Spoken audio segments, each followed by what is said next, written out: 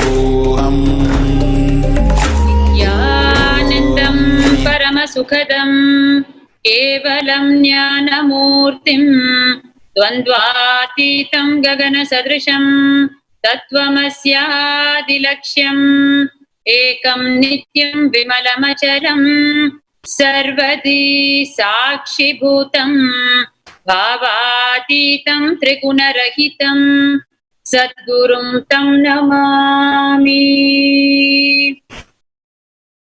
Our humble obeisance at the sacred lotus feet of our beloved Bhagavan, the living incarnation of Paramashiva, His Divine Holiness, Bhagavan Shri Nithyananda Paramashivam. A very warm welcome to each and every one of you gathered from all over the world today to receive today's darshan and Nithyananda Satsang, the everyday morning discourse by our beloved Bhagavan, His Divine Holiness, Nithyananda Paramashivam, the living incarnation of Paramashiva. As we are battling with the COVID-19 virus on one side, there are people who are losing their very life. There are people who have managed to come out of the virus, and there are people in very deep fear of contacting the virus. At different stages we are. At this juncture, the whole of humanity has somehow come together closer, although under such unfortunate circumstances. But a huge change is happening globally today. It is up to us to make use of this orchestration by existence, by Mother Nature herself, to the best of each of our benefits and for the benefits of all around us. Definitely, the indications are that a huge global change is going to happen through this pandemic. And it is time that we looked at higher truths to tune into what really is behind this, that the cosmos is dishing out to humanity now. Well, now, why this is happening and what do we need to know? Why this is happening, we may not get the answers in black and white like we expect, but definitely the indications and the understanding is increasing amongst human beings today that there is a need to look into higher truths, to finally start listening to the higher truths and make it part of our life once again. Bhagavan's whole effort of Sri Kailasa, establishing the only Hindu nation, is really the science of enlightenment itself on the planet, nothing else. Because every person in humanity today needs to touch base back with the enlightenment science. And therefore, Hinduism is not a religion, but the enlightenment science itself, which is why it is the need of the hour, and which is the core of the avataric mission. When the great incarnations come to planet Earth, what they get busy with is what we need to look into, because that is our need, whether we realize it or not. And today, thousands of people are tuning in to the understanding that higher truths are a necessity in our life, because all our life short-term goals, all what we thought is our life purpose, is suddenly losing its grip over us, and we don't have answers for it. Whereas the higher truths we've been hearing continuously for thousands of years from the Hindu scriptures and from the great masters who have come and gone, and who's in the body, the current living incarnation, we've continuously heard from all of them that the purpose of life itself is not what we think it is, the material purposes, but the purpose of life is to have the superconscious breakthrough and tune into the higher frequencies of existence as Paramashiva in oneness. And a lot of people are waking up to these truths today, searching for the higher identity so they can liberate themselves from the deep fear psychosis, the pain, the suffering, the struggles that they are unable to literally handle with the raging corona. They're suddenly realizing that this cannot have such an impact on me, in spite of not having contacted it. So let me look a little beyond and liberate myself from it. And therefore, what is there in the higher understandings? Let me look at it. So while humanity is poised, human beings are poised in different levels of understanding and evolution, We are about to hear, we are just about an hour and a half away from receiving a breakthrough live satsang appearance from our beloved Bhagavan, His Divine Holiness, Bhagavan Nithyananda Paramashivam. It is the need of the hour. It is not a luxury or an option, whether we tune into it or not. It is a necessity. And when incarnations decide to appear live, it is because the need of the hour is that. You're seeing now in front of you the announcement of the upcoming, in just another hour and a half, live satsang of Bhagavan. And the topic for today is something that each one of us needs in our whole struggle with what is going on fully today. It is Kailasa's views and recommendations on post-COVID-19 Hindu solutions from the Supreme Pontiff, His Divine Holiness, Sri Nithyananda Paramashivam. It is happening today and now, just an hour and a half or so away. It is too big an opportunity to have our questions answered live from Bhagavan himself. Understand, when the incarnations start talking, they start talking to you, irrespective of where you may be. You may be sitting in the comfort of your own living room, but they are connecting to you at the energy level. That is their greatness, and that is why they are incarnations. So if you tune in live today, and if you help your friends and families and near and dear ones tune in live today, anyway, we are all locked up in our own homes because of the unfortunate circumstances. Let us make the most use of it and tune into higher truths. Let us take 2 minutes off right now to share the live feed that you're watching right now in as many social media groups as possible, and all of your contacts and your near and dear ones. Let's take 2 minutes and do the sharing and bring in thousands of more people into the live satsang today. Each one is struggling for solution and relief, either at the physical level or at the mental level or at the spiritual level. They are looking to go to the next higher frequency. And Bhagavan's satsang today is going to answer each and every one of them and give them the solution. And the topic for today is how to manifest abundance in your life. Once we are done with Corona, God willing, the next will be what next in our life. It is literally a new lease of life for each one of us. And it becomes very important to start this new life with a cognitive shift. A shift taking the help of the higher truths, which is why it is important for us to tune in when incarnations are talking to us. Let us and make the avatar happen in thousands of lives as well, not just in ours.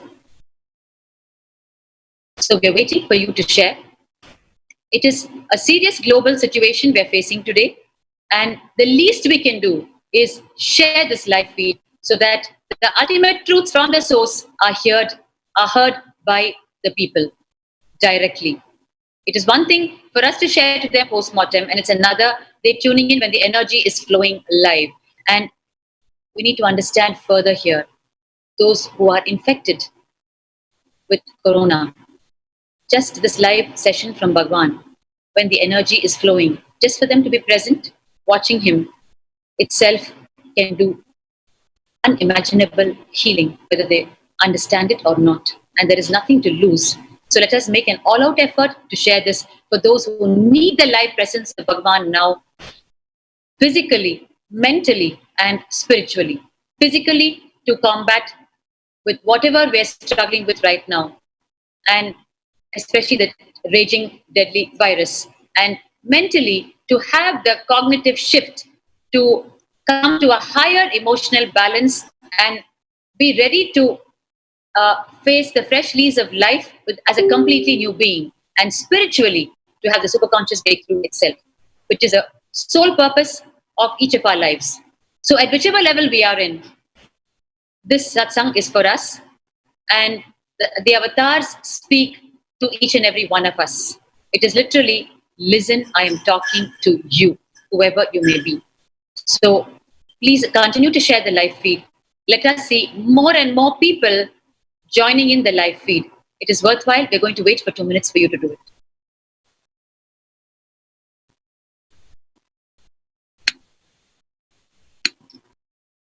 Yes. Continue to share.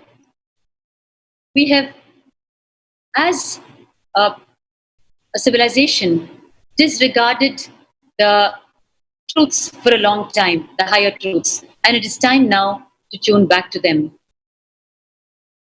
As a civilization across the entire world, we are now learning the lesson that tuning into the higher truths is what is going to liberate us from whatever we're facing today.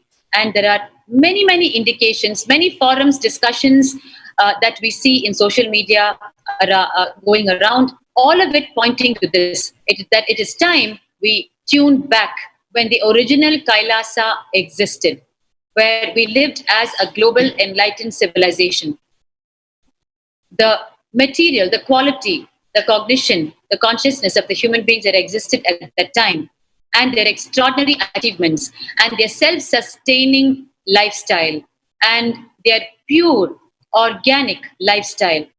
That is what this entire global situation is literally pushing us back to adopt. And it starts with once again hearing those great truths so that we can start internalizing them. Because that is how Kailasa functioned so many eons ago, where the great truths were spoken by the great masters and incarnations, and through the knowledge transmission system that existed at that time, one of the key methodologies being the Gurukula system of knowledge transmission. Through that, the great truths were passed down generation after generation, and people lived those truths, and the lifestyle was so organic. And that was what made them achieve extraordinarily in the material world, extraordinarily in every single field you can conceive of, including biology, physics, chemistry, astrology, astronomy, mathematics, you name it. And the contributions of the great rishis of Kailasa stands the test of time, and today's modern day scientists are still turning the pages of all our samhitas and suktams and Upanishad and all the recordings of our rishis, of their extraordinary experimentations with the truth and their extraordinary lifestyle, which is the lifestyle of Kailasa, which is what our beloved Bhagavan, His Divine Holiness, Nithyananda Paramashivam, has come with an avataric mission to do, to revive Kailasa and make us live that lifestyle so that we experience what the rishis experienced. We experience living our human life in its peak potential and free from the lower levels of existence, which includes the deep fear psychosis we are unfortunately experiencing today globally. So it's time now to start listening back to the ultimate truths with sincerity and with a deeper context and with deep humility. Let us listen to one of the earlier satsangs of Bhagavan very deeply in this context today.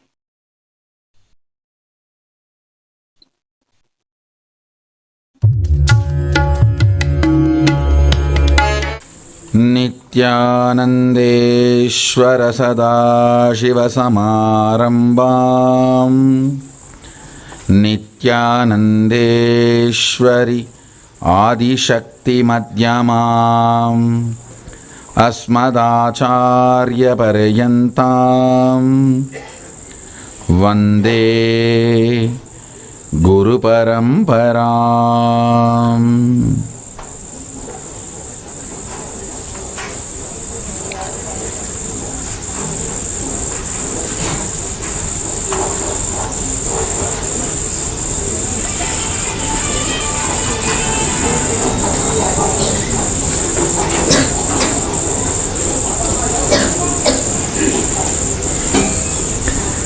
I welcome you all with my love and respects.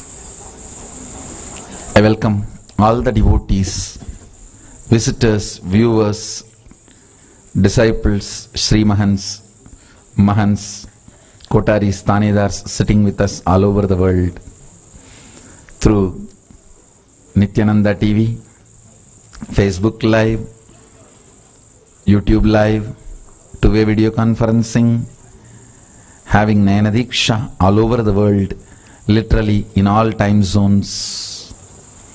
I welcome all of you with my love and respects. Awakening wealth consciousness. Let me describe fundamentally what is wealth as per the reality. Understand?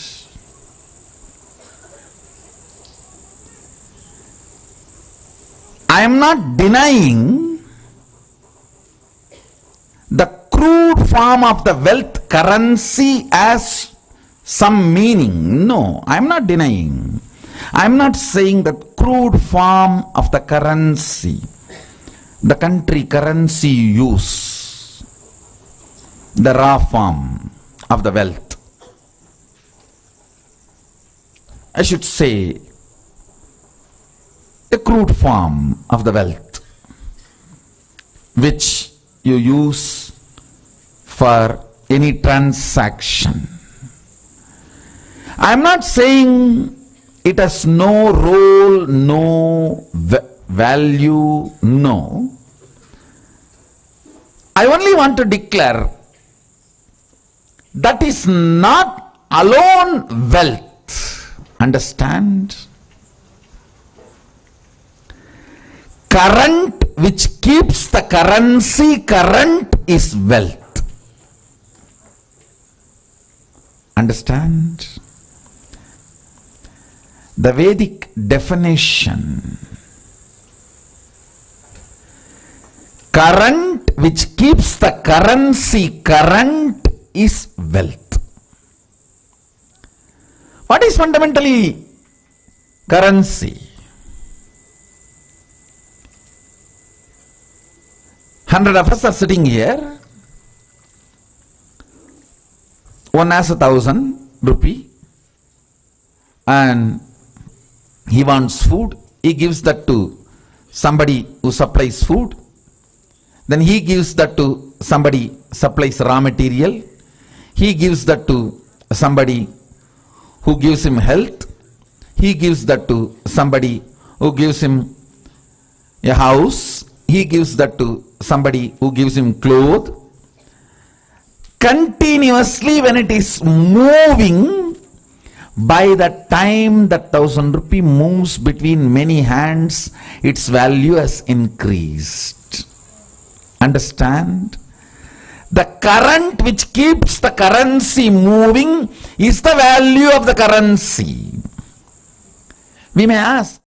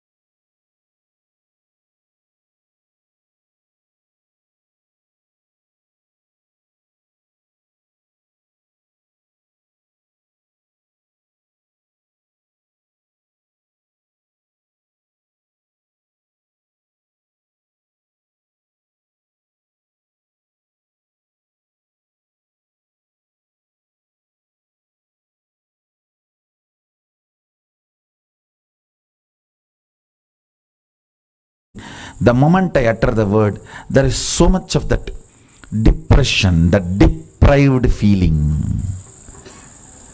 Everyone has, I don't have.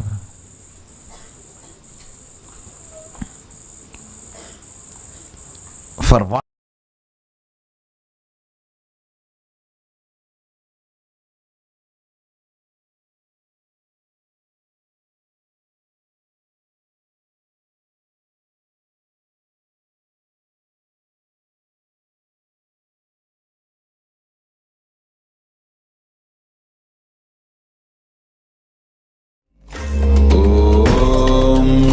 Nithyananda Paramashivam. Om Nithyananda Paramashivam.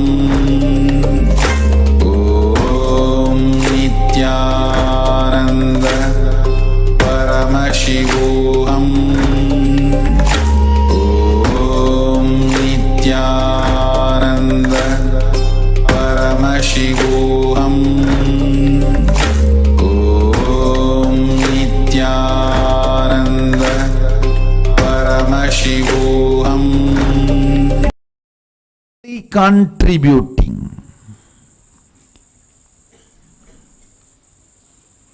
I am not saying don't accumulate currency, but I am saying fundamentally understand the concept of currency, then start moving your life and others' life.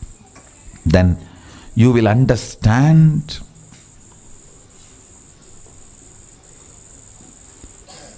not only the wealth consciousness is awakened in you, you will never bother about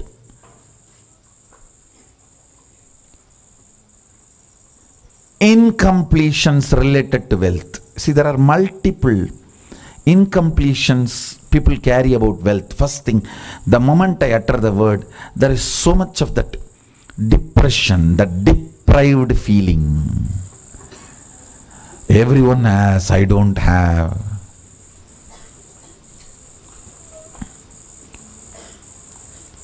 For what I am contributing, I have not been given my share. The various thought currents. Sometimes, oh, I am loaded with it, I don't know how to save it, how to protect it. From various resources, from various people you need to protect your wealth.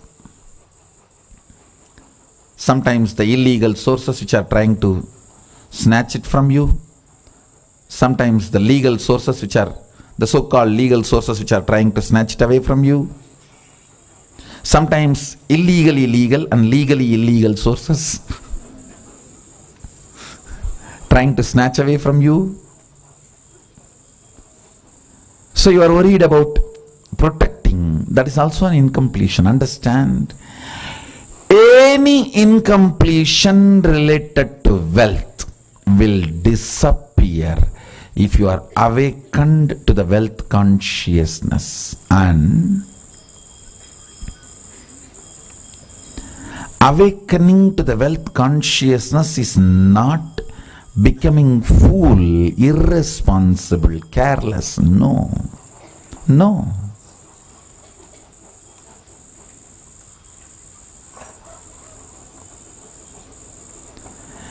It is the most powerful strategy. Understand? Whenever your inner space is capable of including 5 people in your life, you build a good family. If your inner space is capable of including 50 people in your life, you build a good team. If your inner space is capable of building few hundred people in your life, you become a social leader. If your inner space is capable of including few thousands, you become leader for your region. If your inner space is capable of including a state in you, you become a leader of the state. If your inner space is capable of including a country in you, you become the leader of the country. Understand? If your inner space is awakened to understand and include the concept of wealth, you will see wealth becomes just part of your life. I tell you.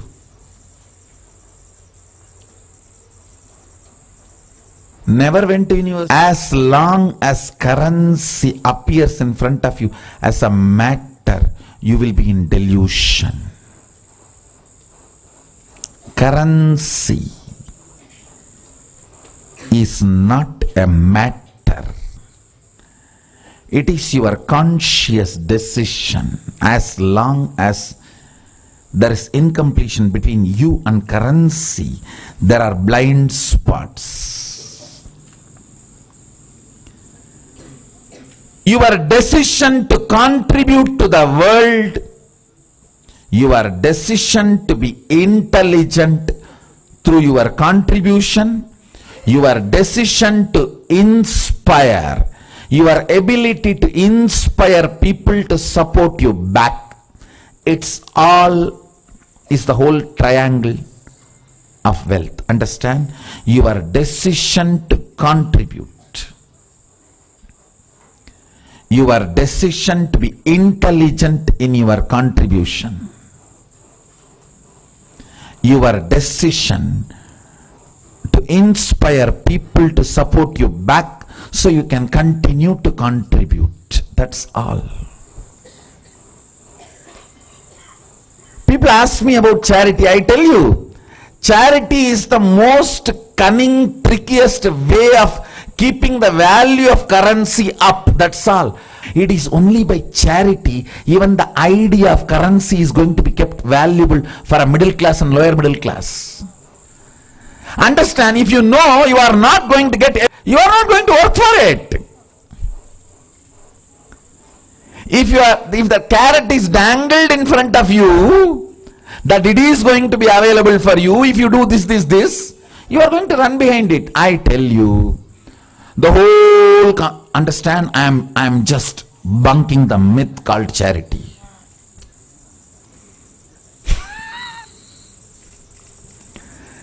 All this large charity,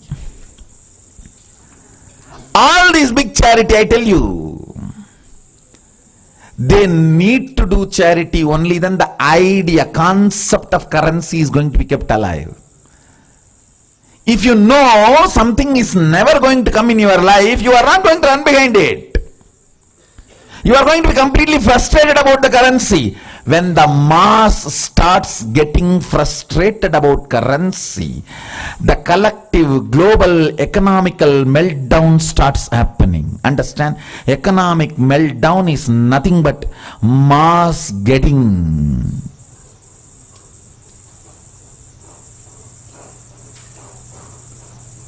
to the understanding, mass trying to come out of the delusion called currency.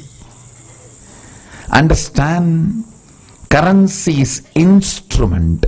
Instrument itself is not intelligent. Instrument can only be transactional mechanism.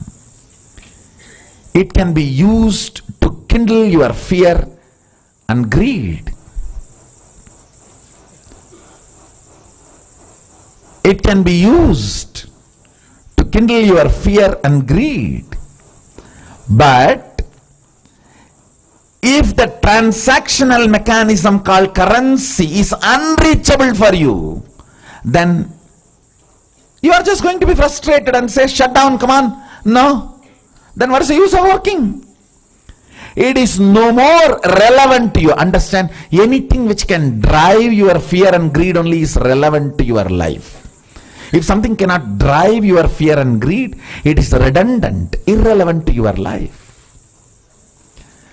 All this large trillionaires, billionaires charity is nothing but a cunning strategy to keep the concept of currency relevant to you. Understand, this whole large, the huge chunk of so-called currency accumulated in the hands of few people, I tell you, almost 90% is in the hands of 1% of the human population. Then the remaining 99% is slowly getting disillusioned about this concept of currency. It's almost becoming irrelevant for your life, redundant. You are just given you know that now if you even work for your whole life, you are not going to see the million. Then why will you work? You decide to move out of this currency system. The grid hooked lifestyle. Hooked to the grid lifestyle. So you need to be cajoled, you need to be patterned, you need to be just supported, given that delusive consolation. No, you are going to get it. There is a possibility. It is there. I tell you, the very lottery itself is just a concept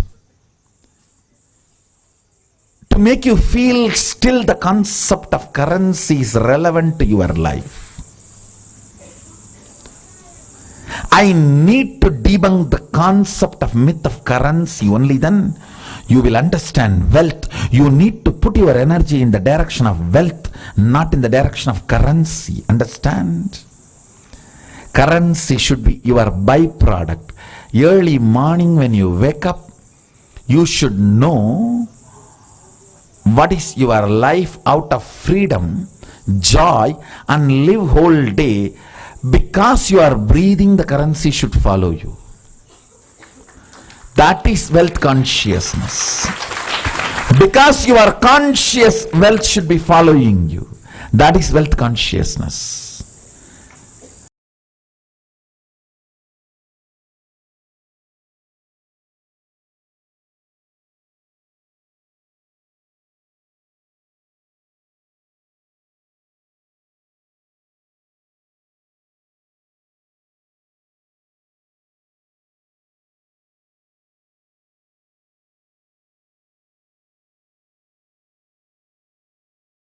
Sorry. The last statement we heard from Bhagavan in that talk was, just because you're breathing, currency should follow you. That was the quality and consciousness of human beings who existed when Kailasa existed on the planet eons ago, and which Swamiji is trying to bring back today, where the quality of consciousness of the human being manifests wealth as a sheer byproduct of the very existence. So he's addressing our very existence today, which is the dire need. The urgency is to attend to the quality and consciousness of our existence. And this talk was delivered by Bhagavan 4.5 years ago, November 2015. And somewhere, I'm sure it has struck a chord in each one of us when we heard it just today, in this global situation we're facing. The great incarnations tell us much, much ahead because they're already seeing the whole thing.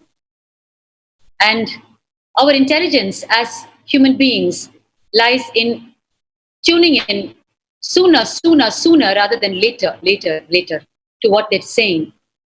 Because they are seeing it right from top. They can see the whole thing. We are seeing it standing on the road. We can see only what we can see, a few meters ahead of us on the left and on the right. And therefore, every time we'll end up denying what they're saying is coming or might come. But it's now high time that we understand the science of the incarnations and what happens when incarnations come down to the planet and become more intelligent and tune in sooner rather than later. The relevance of this satsang from November 2015 is too huge. It is undeniable on the face of what we're facing today globally. And every line and word uttered by Bhagavan is as though he's uttering it today, where we are also seeing what we are all seeing today. Zero, it was addressed 4.5 years ago, when all was well, all was great in our perception. Now, tuning into the words of Bhagavan has become, people are cognizing it as more a necessity rather than just an option or a time pass. It is literally like Cosmos has given an enforced lockdown for us to sit back, look in, and decide to choose the higher truths once and for all. Let's be done with it to bring back Shri Kailasa.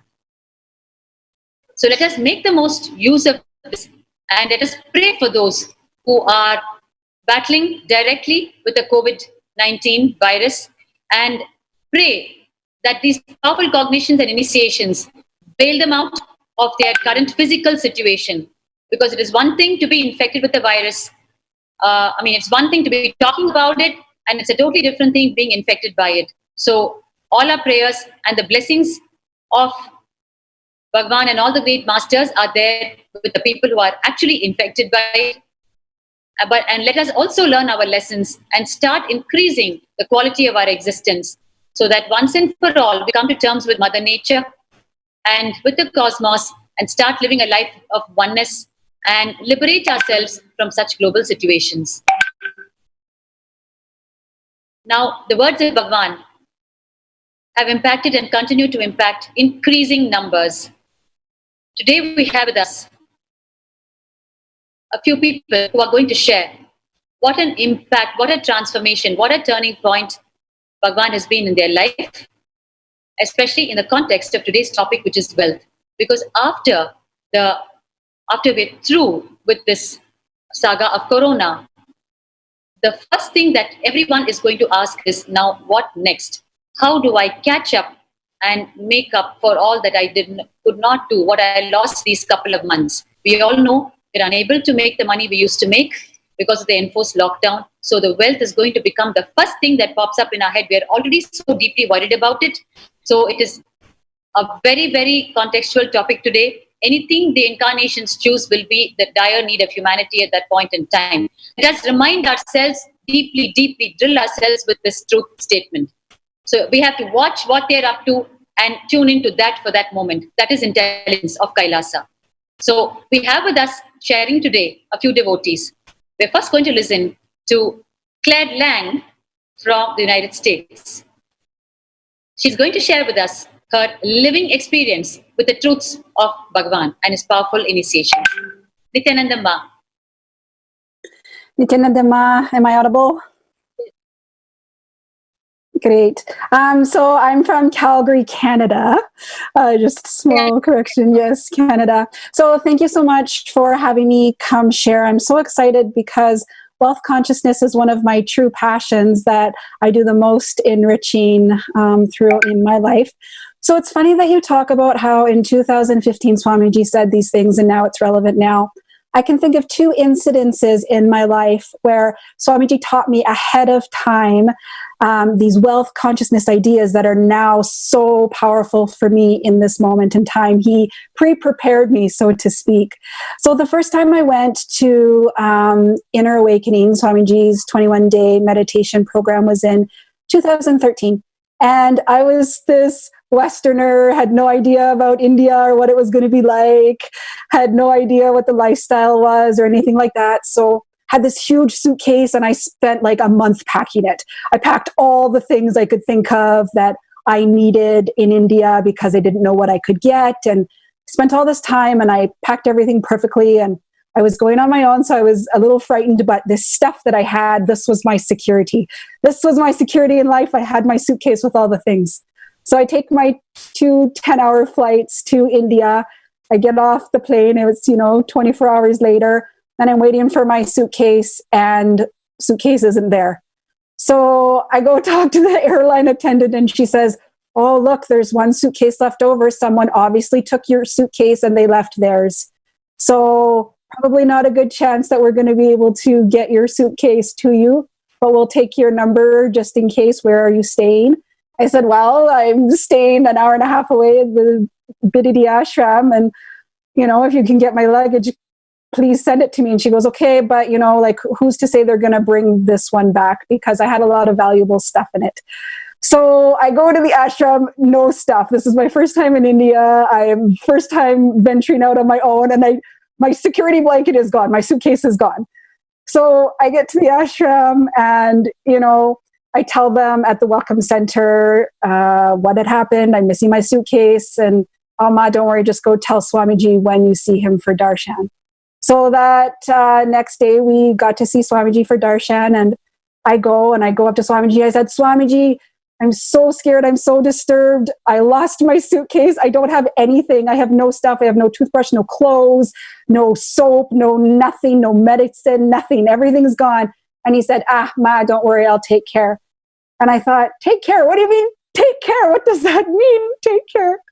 So I was very distraught. I was very disturbed. I was constantly crying. I felt physically sick. I was just so upset over not having this stuff.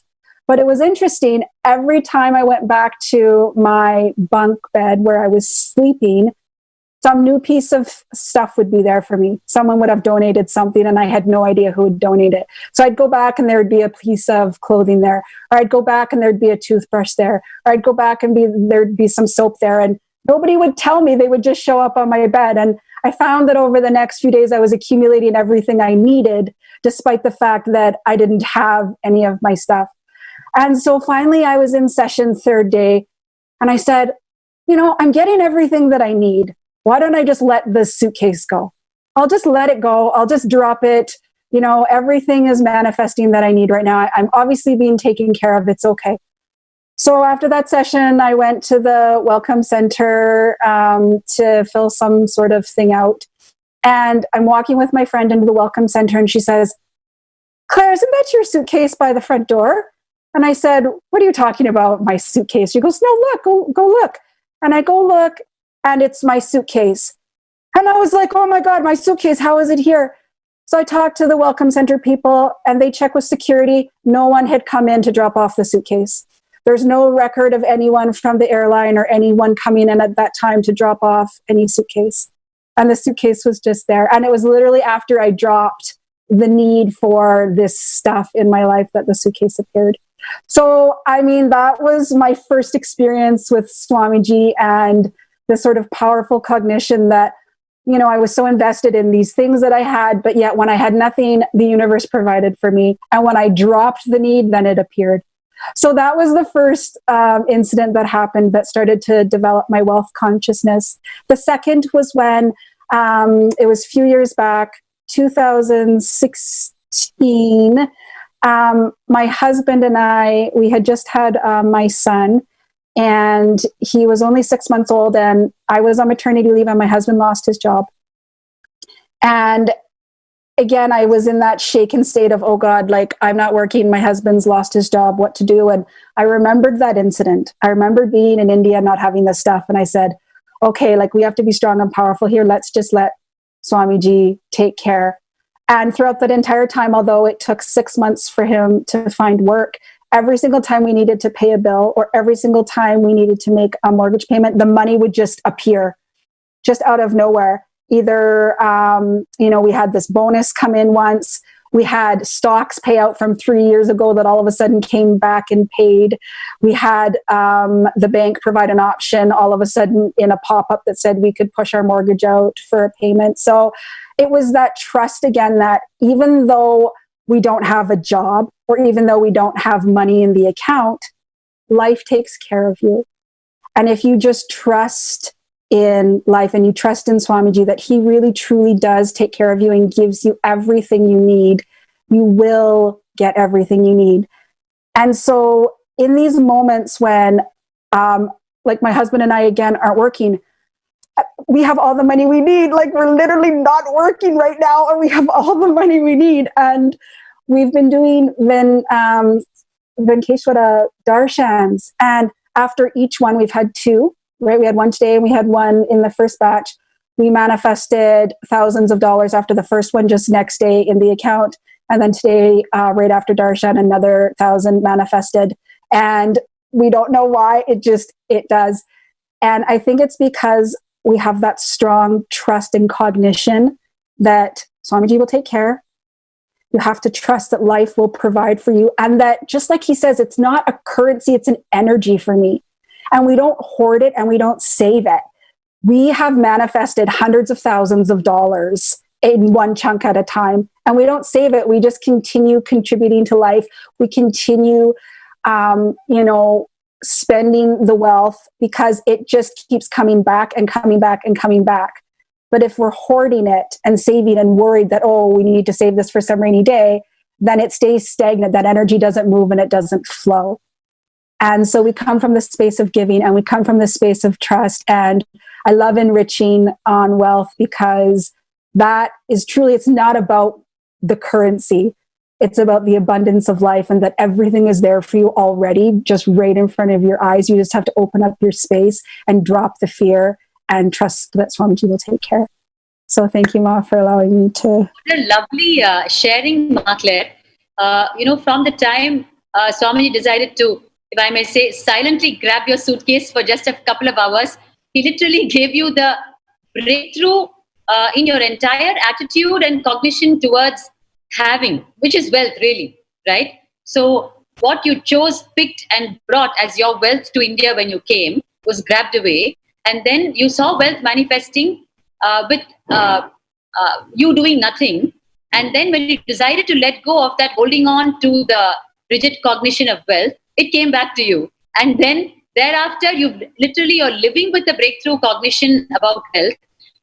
And so lovely to hear you say we have all the money that we need. That's something so lovely to hear from anybody, because it's very rare to hear that today. How much ever people have that fulfilling statement from them personally is very difficult to hear. That is again a byproduct of your breakthrough cognition about wealth, the deep gratitude and fulfillment which you're so freely expressing, which itself will attract more wealth. So literally, he's given you the science of wealth itself, which is why both of you are in so much completion. And like you're saying, it's so wonderful to hear you say we made thousands of dollars. Even that's so rare to hear, because people are even afraid to say it. Due to various misconceptions and holding on to the wealth, if I say, will eyes be cast on it, is one. And the other one is, there'll be so much of jealousy, and I don't want to let the secret out. I don't want people to know I have money and what not. I mean, it's too many misconceptions about the truth and the joy of real wealth as defined in the scriptures, and as untiringly explained by the great incarnations, right up to our beloved Bhagavan, how untiringly he tries to make us understand it. Sometimes we're so afraid to remove the pins ourselves. We don't even cognize that if we remove it, it's only going to liberate us, right? So we hold on more and more tightly to it. But only when you let go, you'll understand that you're going to relax so much more and go to the next frequency of existence, which you so clearly explained happened in your very life in the context of wealth. There is a beautiful journey with wealth and Bhagavan, Claire. That was so nice to hear. And thank you so much for coming out and articulating it so well.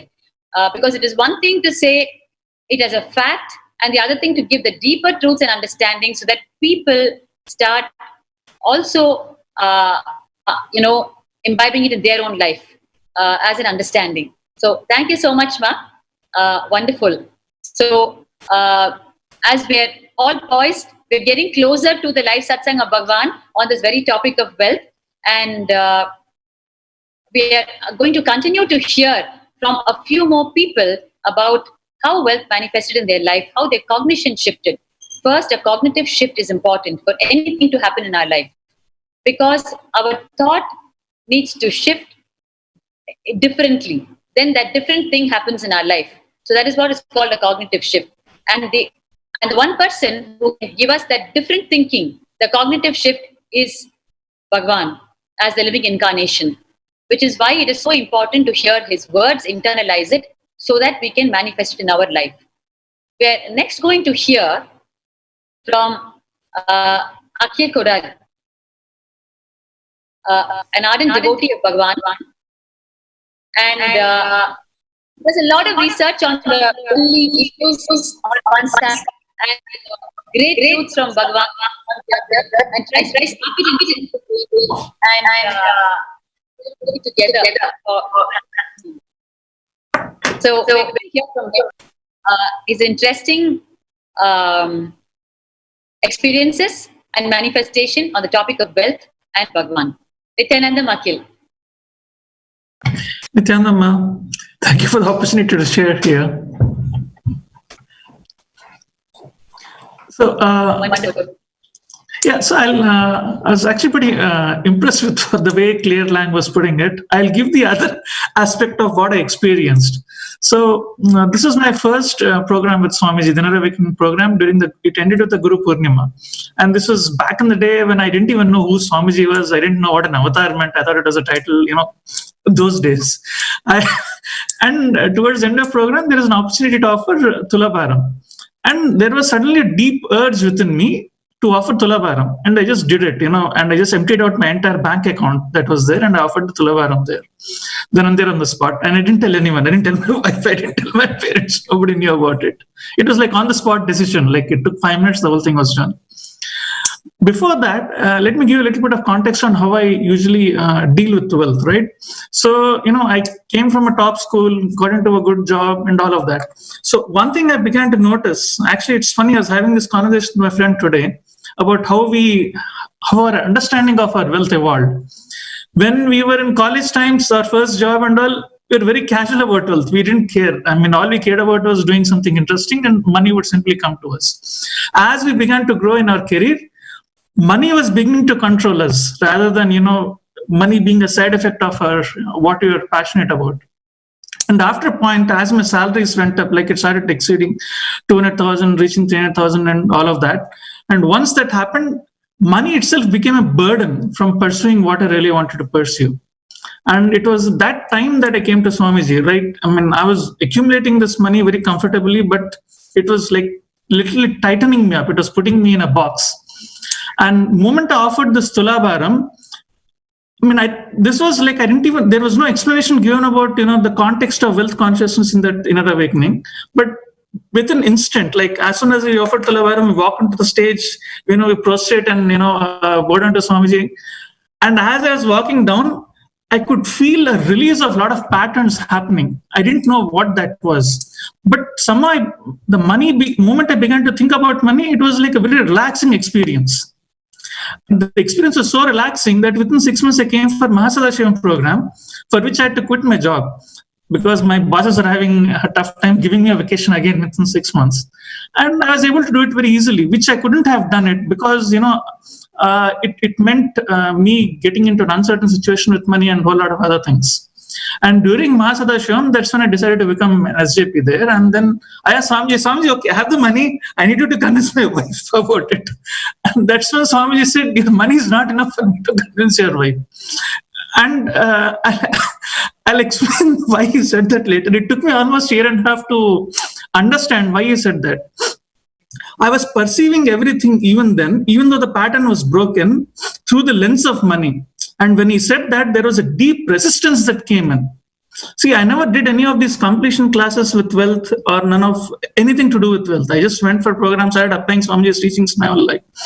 And even when I came to Swamiji, right, so I actually understood very deeply in terms of money. Like I did a few lectures on economy and all of those things even before I came to Swamiji.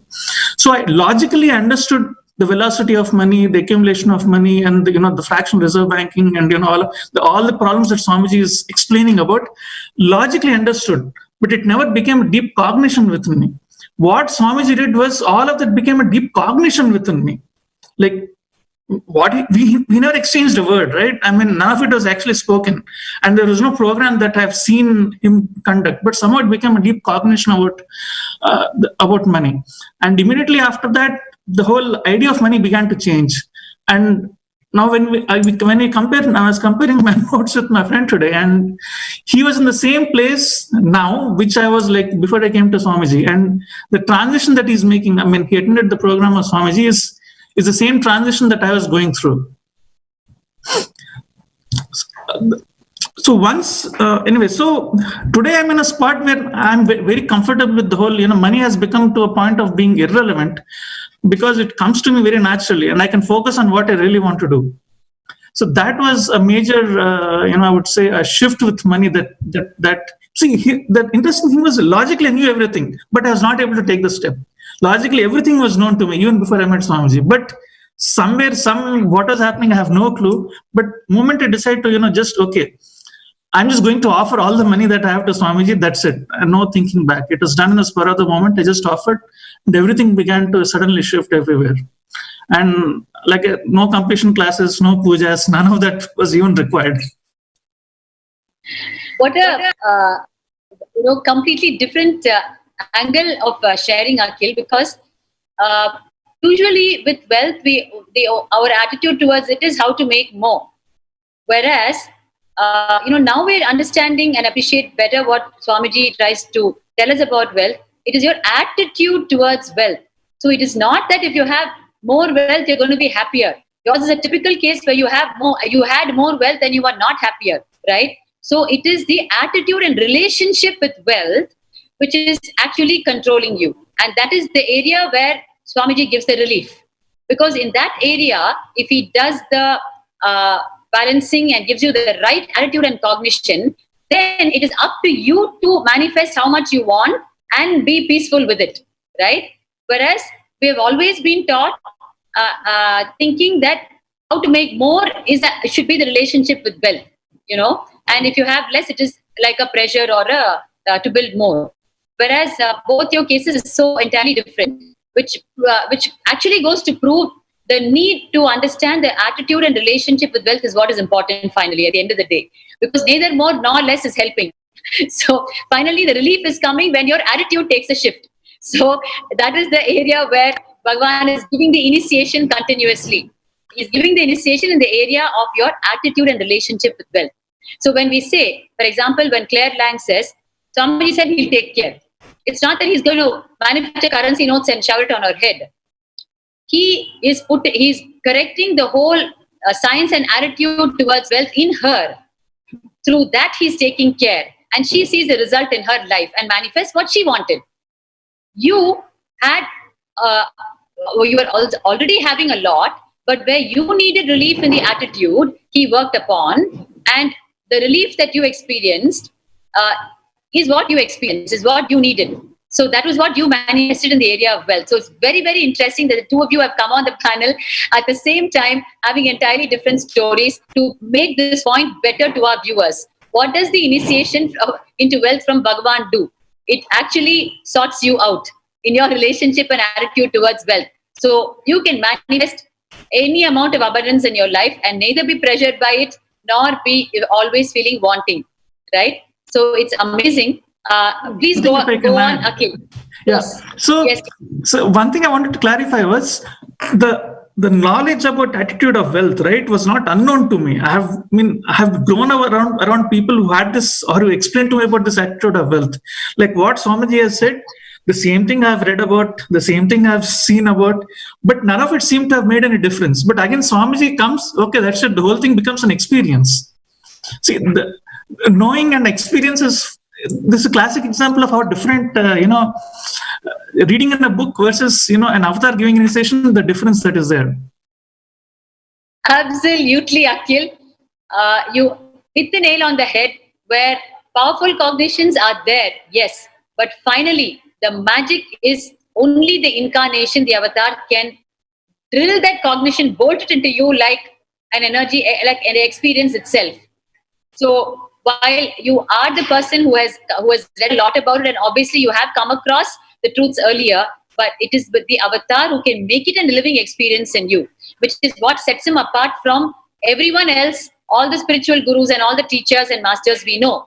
The single difference between an incarnation and everyone else is he can give you the experience even, and only later you even come to know about it, which no one else can do for you. Give you the experience first and then you articulate it. It's always, we always felt the journey is learn, read, and then try to get there at the experience. Zero. He straight away puts the experience in you. When he offered Tulabharam and moved out, you had the experience already. The liberation from the pressure you were feeling, right? And then you're articulating it much later. That is the magic, the need of the avatar in our life. So they're really a need for humanity today. They're not just an option that we can choose amidst so many other things in life. It is the first thing that we need to choose, and they themselves happen only because it is our dire need. But unfortunately, we don't even know about it.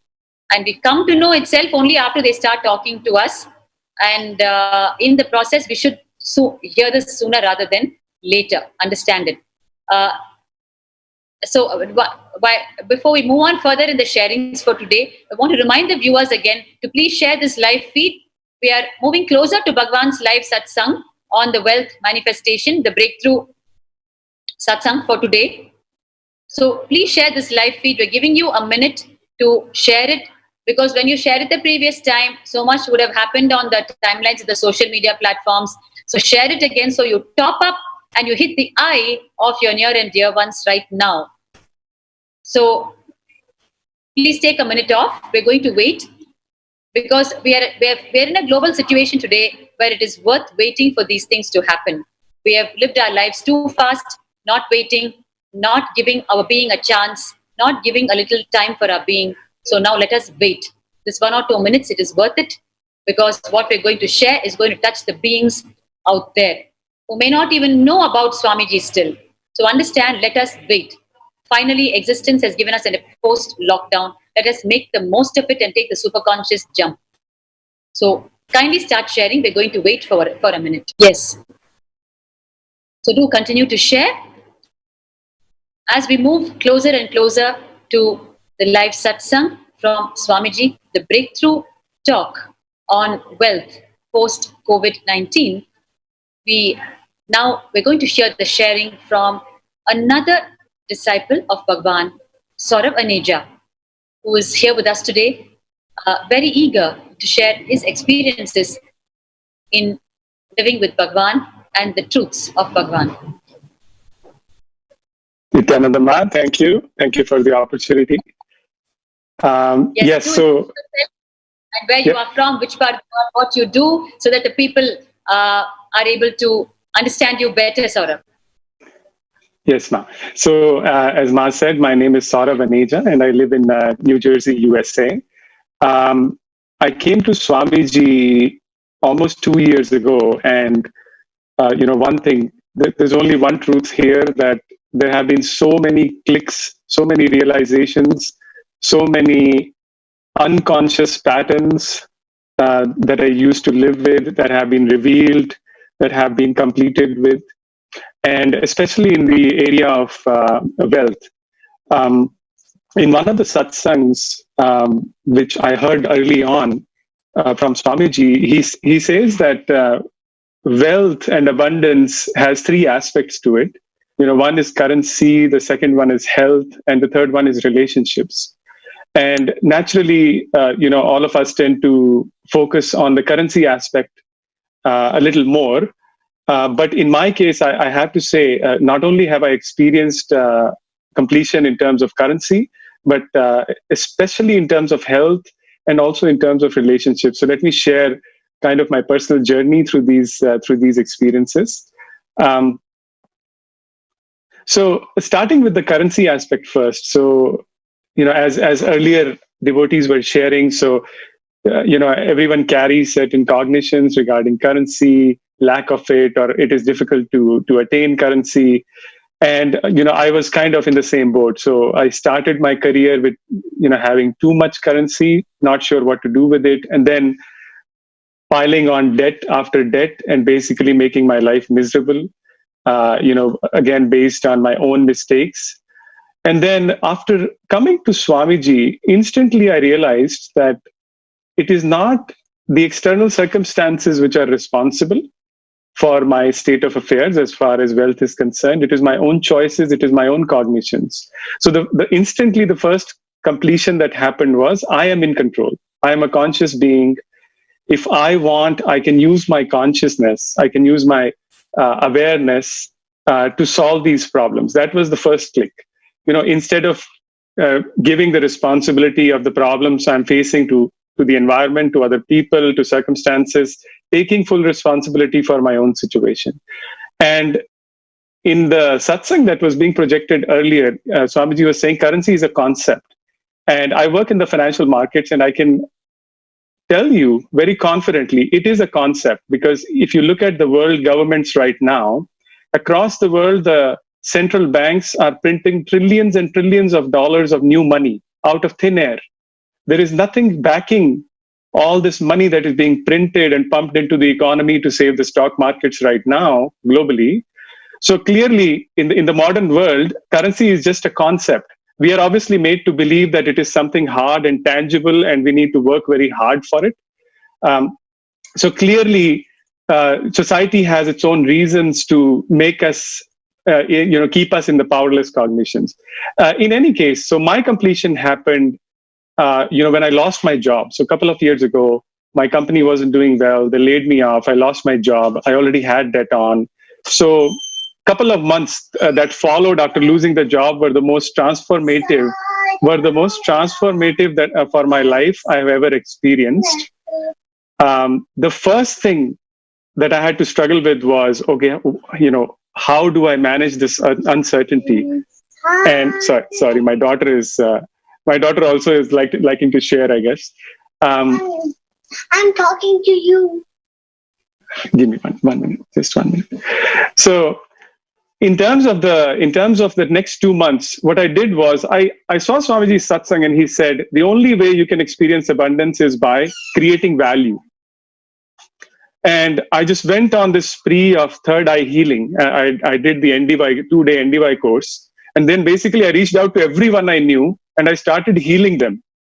And the 2 months were the most joyous period of my life, even though every day was uncertain. And that is when my inner space expanded so much. The first thing I was able to let go was fear. Basically thinking, Cosmos is there. Cosmos will take care. There is nothing I need to worry about. I just need to create the right causes, and I just need to focus on the enriching aspect. So that is where I focused on. And within 2 months, I got a job which was much, much better than my previous job. And it was utter surprise.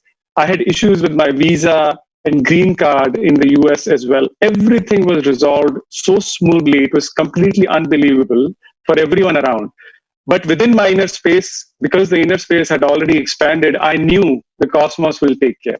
So that trust into cosmos, trust into Swamiji was taking shape within.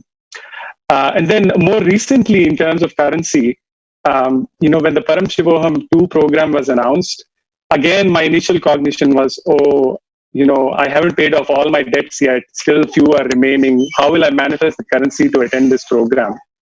And again, I started entertaining the cognition. That no worries, the cosmos will take care. The cosmos will take care. And then 2 days prior to the program starting, apologies once again. Yes. 2 days prior to the program, the currency manifested miraculously again. So again, twice I saw this happening in my life, where simply trusting Bhagavan, trusting in Swamiji, trusting in the cosmos, literally paid off in the aspect of the currency. The second aspect I would like to share is in the domain of health. So clearly, if we look at the world now, it doesn't matter how much currency you have. If your immunity, if your health is not there, you're living in fear. This is where I would say I've experienced intense completion. So let me share that experience quickly also. So last year, when Swamiji was in the Great Pause, and he was, he came out of his samadhi and he gave the darshan. And this was, I think, April of 2019. And I saw him, and he had lost so much weight, and just the radiance that his form was reflecting and radiating. I was so impressed. I realized, if he can do it, I can also do it. And I used to be around 50 pound overweight. So I was around 24, 25 kg overweight. And I had been like that for 10 years. And suddenly, Swamiji's click happened that I should do Nirahara. And I started Nirahara for 21 days. And it was most beautiful. I mean, after the third day, there was no hunger, there was no gas, there was no acid in the stomach. Everything was so smooth. After 21 days, I realized, why go back? So I requested Swamiji through a Facebook chat. I said, Swamiji, please give me permission to be like this for life. I don't want to go back to solid food. With his permission, I committed. And, I'm going to complete 1 year next week of my Nirahara Samema. That's so amazing, Saurabh. It's amazing that so you're a 1 year Nirahari now. Yes. That's really awesome. Yes, ma'am. The yogis. Go ahead. Yes, and actually, recently when Swamiji was doing the Pachapatni Vratam, and I was thinking, I'm already on Nirahara, so how can I up my game? So I actually went on a more intense fasting. This was also the time when I was attending the Paramashivam 2. So for 6 days, I went on another fast where I would just have 2 cups of a little coffee a day. And again, the whole thing went so smoothly. I'm sure Swamiji's initiations had everything to do with it.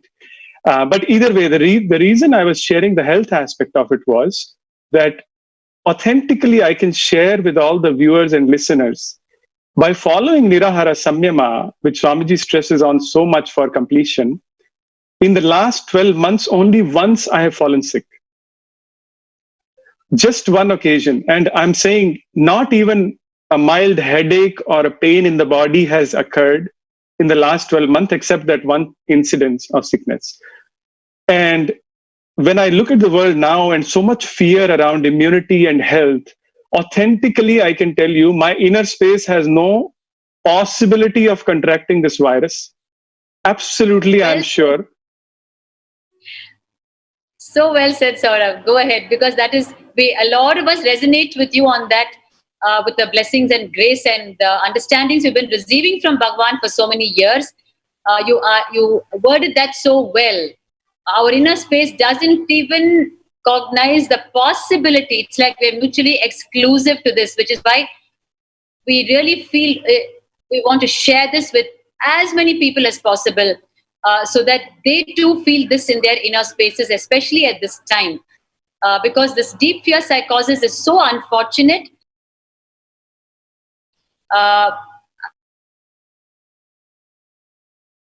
Go ahead, Saurabh. Yes, ma. So clearly, I have to say, obviously, I'm following all the local rules and regulations regarding social distancing. Bhagavan always says you have to follow your local rules and regulations. So I'm following that. But whenever I go out for grocery shopping or anything like that, my inner space is complete. There is no fear. There is absolutely no possibility. And I feel just the space that I carry, even my family members have no possibility of contracting. So absolutely, I have to say the biggest gift from Swamiji in my life has been this fearlessness, the attitude of no matter how big the problem is, the inner space that I carry, all these problems appear to be small and insignificant. And within time and with patience, they're simply resolved on their own. That is the space that I carry. And I have to say, Bhagavan is showering everyone. I was telling some of my friends recently, the avatar has landed. He is on earth. His energy is freely available. All you have to do is just a yes. He doesn't even want you to make any effort. He doesn't even require anything from you. All he requires is a yes, so he can download himself into you. And it's the most beautiful thing. There is nothing that we can deserve to have all these cognitions being pumped into us.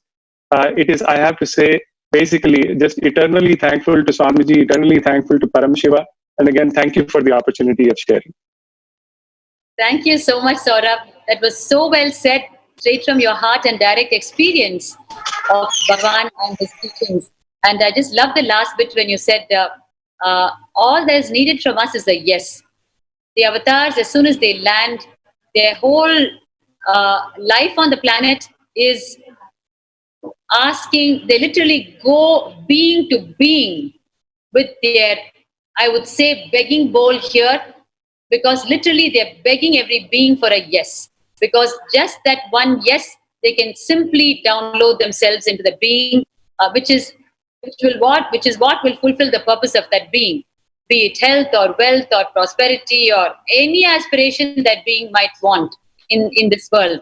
So the life of the incarnation is not easy. It is very tough. We give them a tough fight, each one of us. And it is the same story for them with each being. They have to start from zero. It is not that your evolution is going to help Bhagavan with the next person in queue, right? He has to start from ground zero with that person also. So your jump in cognition, he's extremely happy with, but he's also eagerly excited to start from zero with the next person. That is the whole Tyaga, the whole beauty and the untold story of sacrifice of the incarnations once they decide to come and start working with us. Because right from making us cognize even what the original purpose of our birth is, their tough work starts. we are looking in some direction, and they have to literally turn our head to make us align to the original purpose of our life. They have to work so hard for that. And then after that, also it is not too easy. We don't give them a very easy time. So that's very well said, Saurabh. Thank you so much. And I can see that you're really experiencing it so truly in your life. And that's wonderful. We've had so many dimensions of wealth being shared today. Not just the currency dimension, but the abundance of powerful cognitions, the abundance of living with the truths. Because if you're able to step out without a fear, yes. So let us all continue to share this live feed as we move closer to the live satsang of Bhagavan on the manifestation of wealth post COVID-19. And now we are going to hear a few more words from Bhagavan from the earlier satsangs as we prepare ourselves for today's live satsang. And let's remind ourselves, it is high time we stop disregarding the words of the incarnation. It is time that we start listening deeply and start experimenting with the words from the great masters. Let us hear more words from Bhagavan as we move further into this session. Wealthy. What is it that takes to make wealth consciousness? I'll give you the nitty-gritties, the inner software of wealth consciousness to you now. First thing, decision. Your cognition, your depth should decide with all integrity and authenticity and responsibility somewhere to enrich the society, humanity. Through cunningness and stealing and grabbing, you can never get the wealth or retain it. No. Fundamental principle for wealth consciousness. Understand, I am going to give you some of the fundamental principles of wealth consciousness. You just listen and internalize to your depth. That's enough. You will manifest wealth consciousness. You will be awakened to wealth consciousness. First awakening you need to have. No cunning strategies. No cunning strategies are going to work. Shortest distance between 2 points is straight line. Shortest distance between 2 points is a straight line. Understand? Most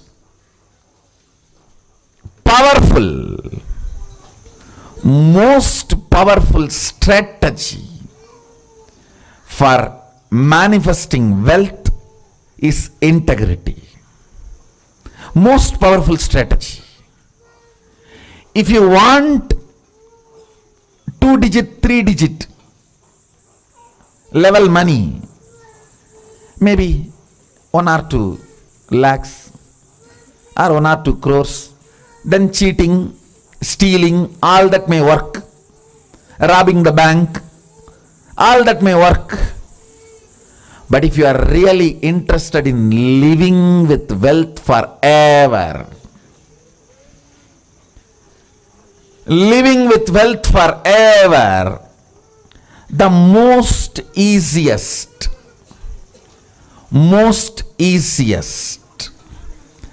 and the right strategy is integrity.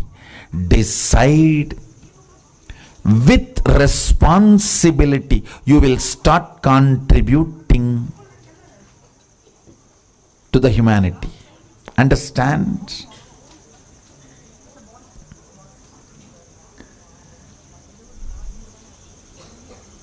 Manifesting your cognition is life. Understand? Whatever cognitions, conclusions you have about life in your life, you will go on be manifesting that every day. If you have the conclusion, you are going to fall sick day by day. The more and more you breathe every day, every night, finally, you will manifest that. It is your conclusions you manifest. If you have the conclusion, the cunning methods, cheating brings wealth, you will only be manifesting that, or waiting to some cunning methodology to click so you can manifest wealth. No. No. All waiting for cunning strategies to manifest wealth ends in frustration. And then you have a deep negative cognition about wealth. That is not going to happen for me. No. Yanakilla. That is not for me. You end up there. You end up there. In utter frustration. Then even if Sadashiva comes and gives the poetry, hey, go. You will be afraid. No. Who knows whether I am going to get the praise?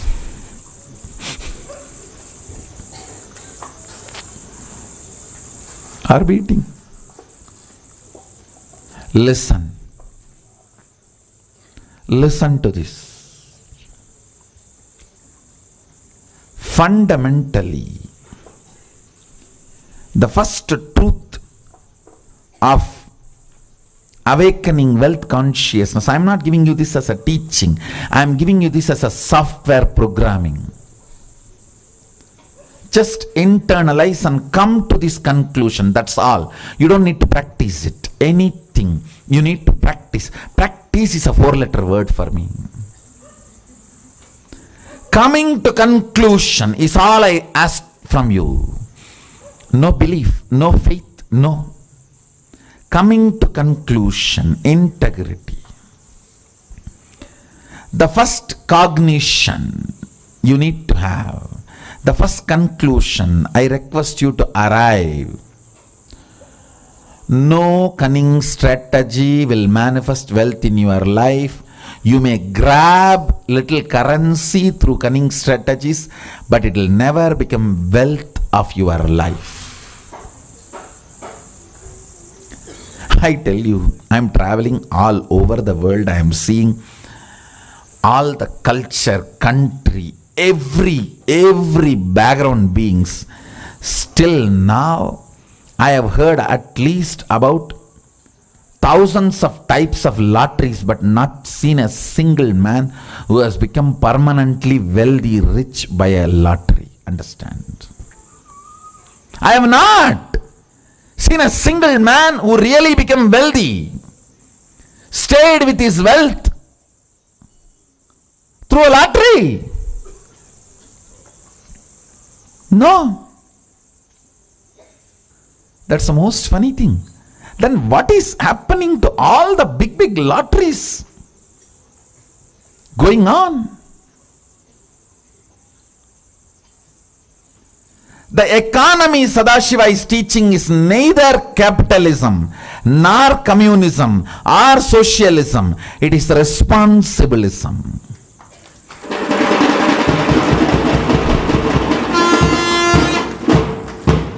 The responsibility you take, that decides the kind of the wealth going to be around you. That's it. That's it. The first understanding, conclusion you need to arrive. Integrity is the best strategy for manifesting wealth. Second conclusion, listen. Second conclusion you need to arrive.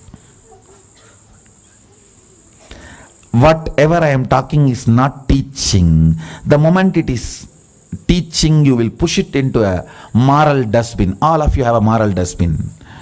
Oh, everybody talks. What is there? You know how to dump that.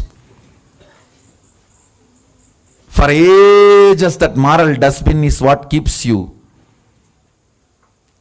as you want, without transformation.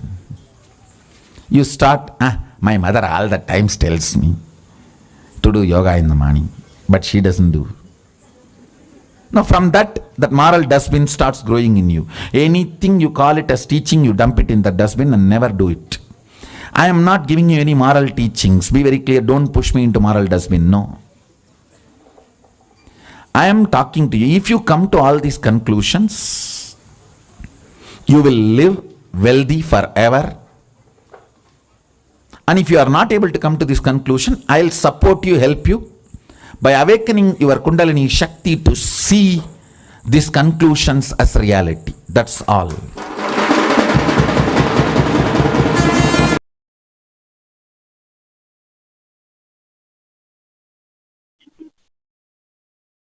Yes.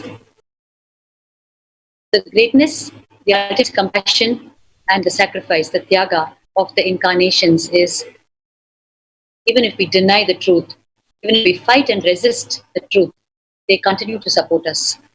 And even if we speak them in their very chest for helping us, they continue to help us.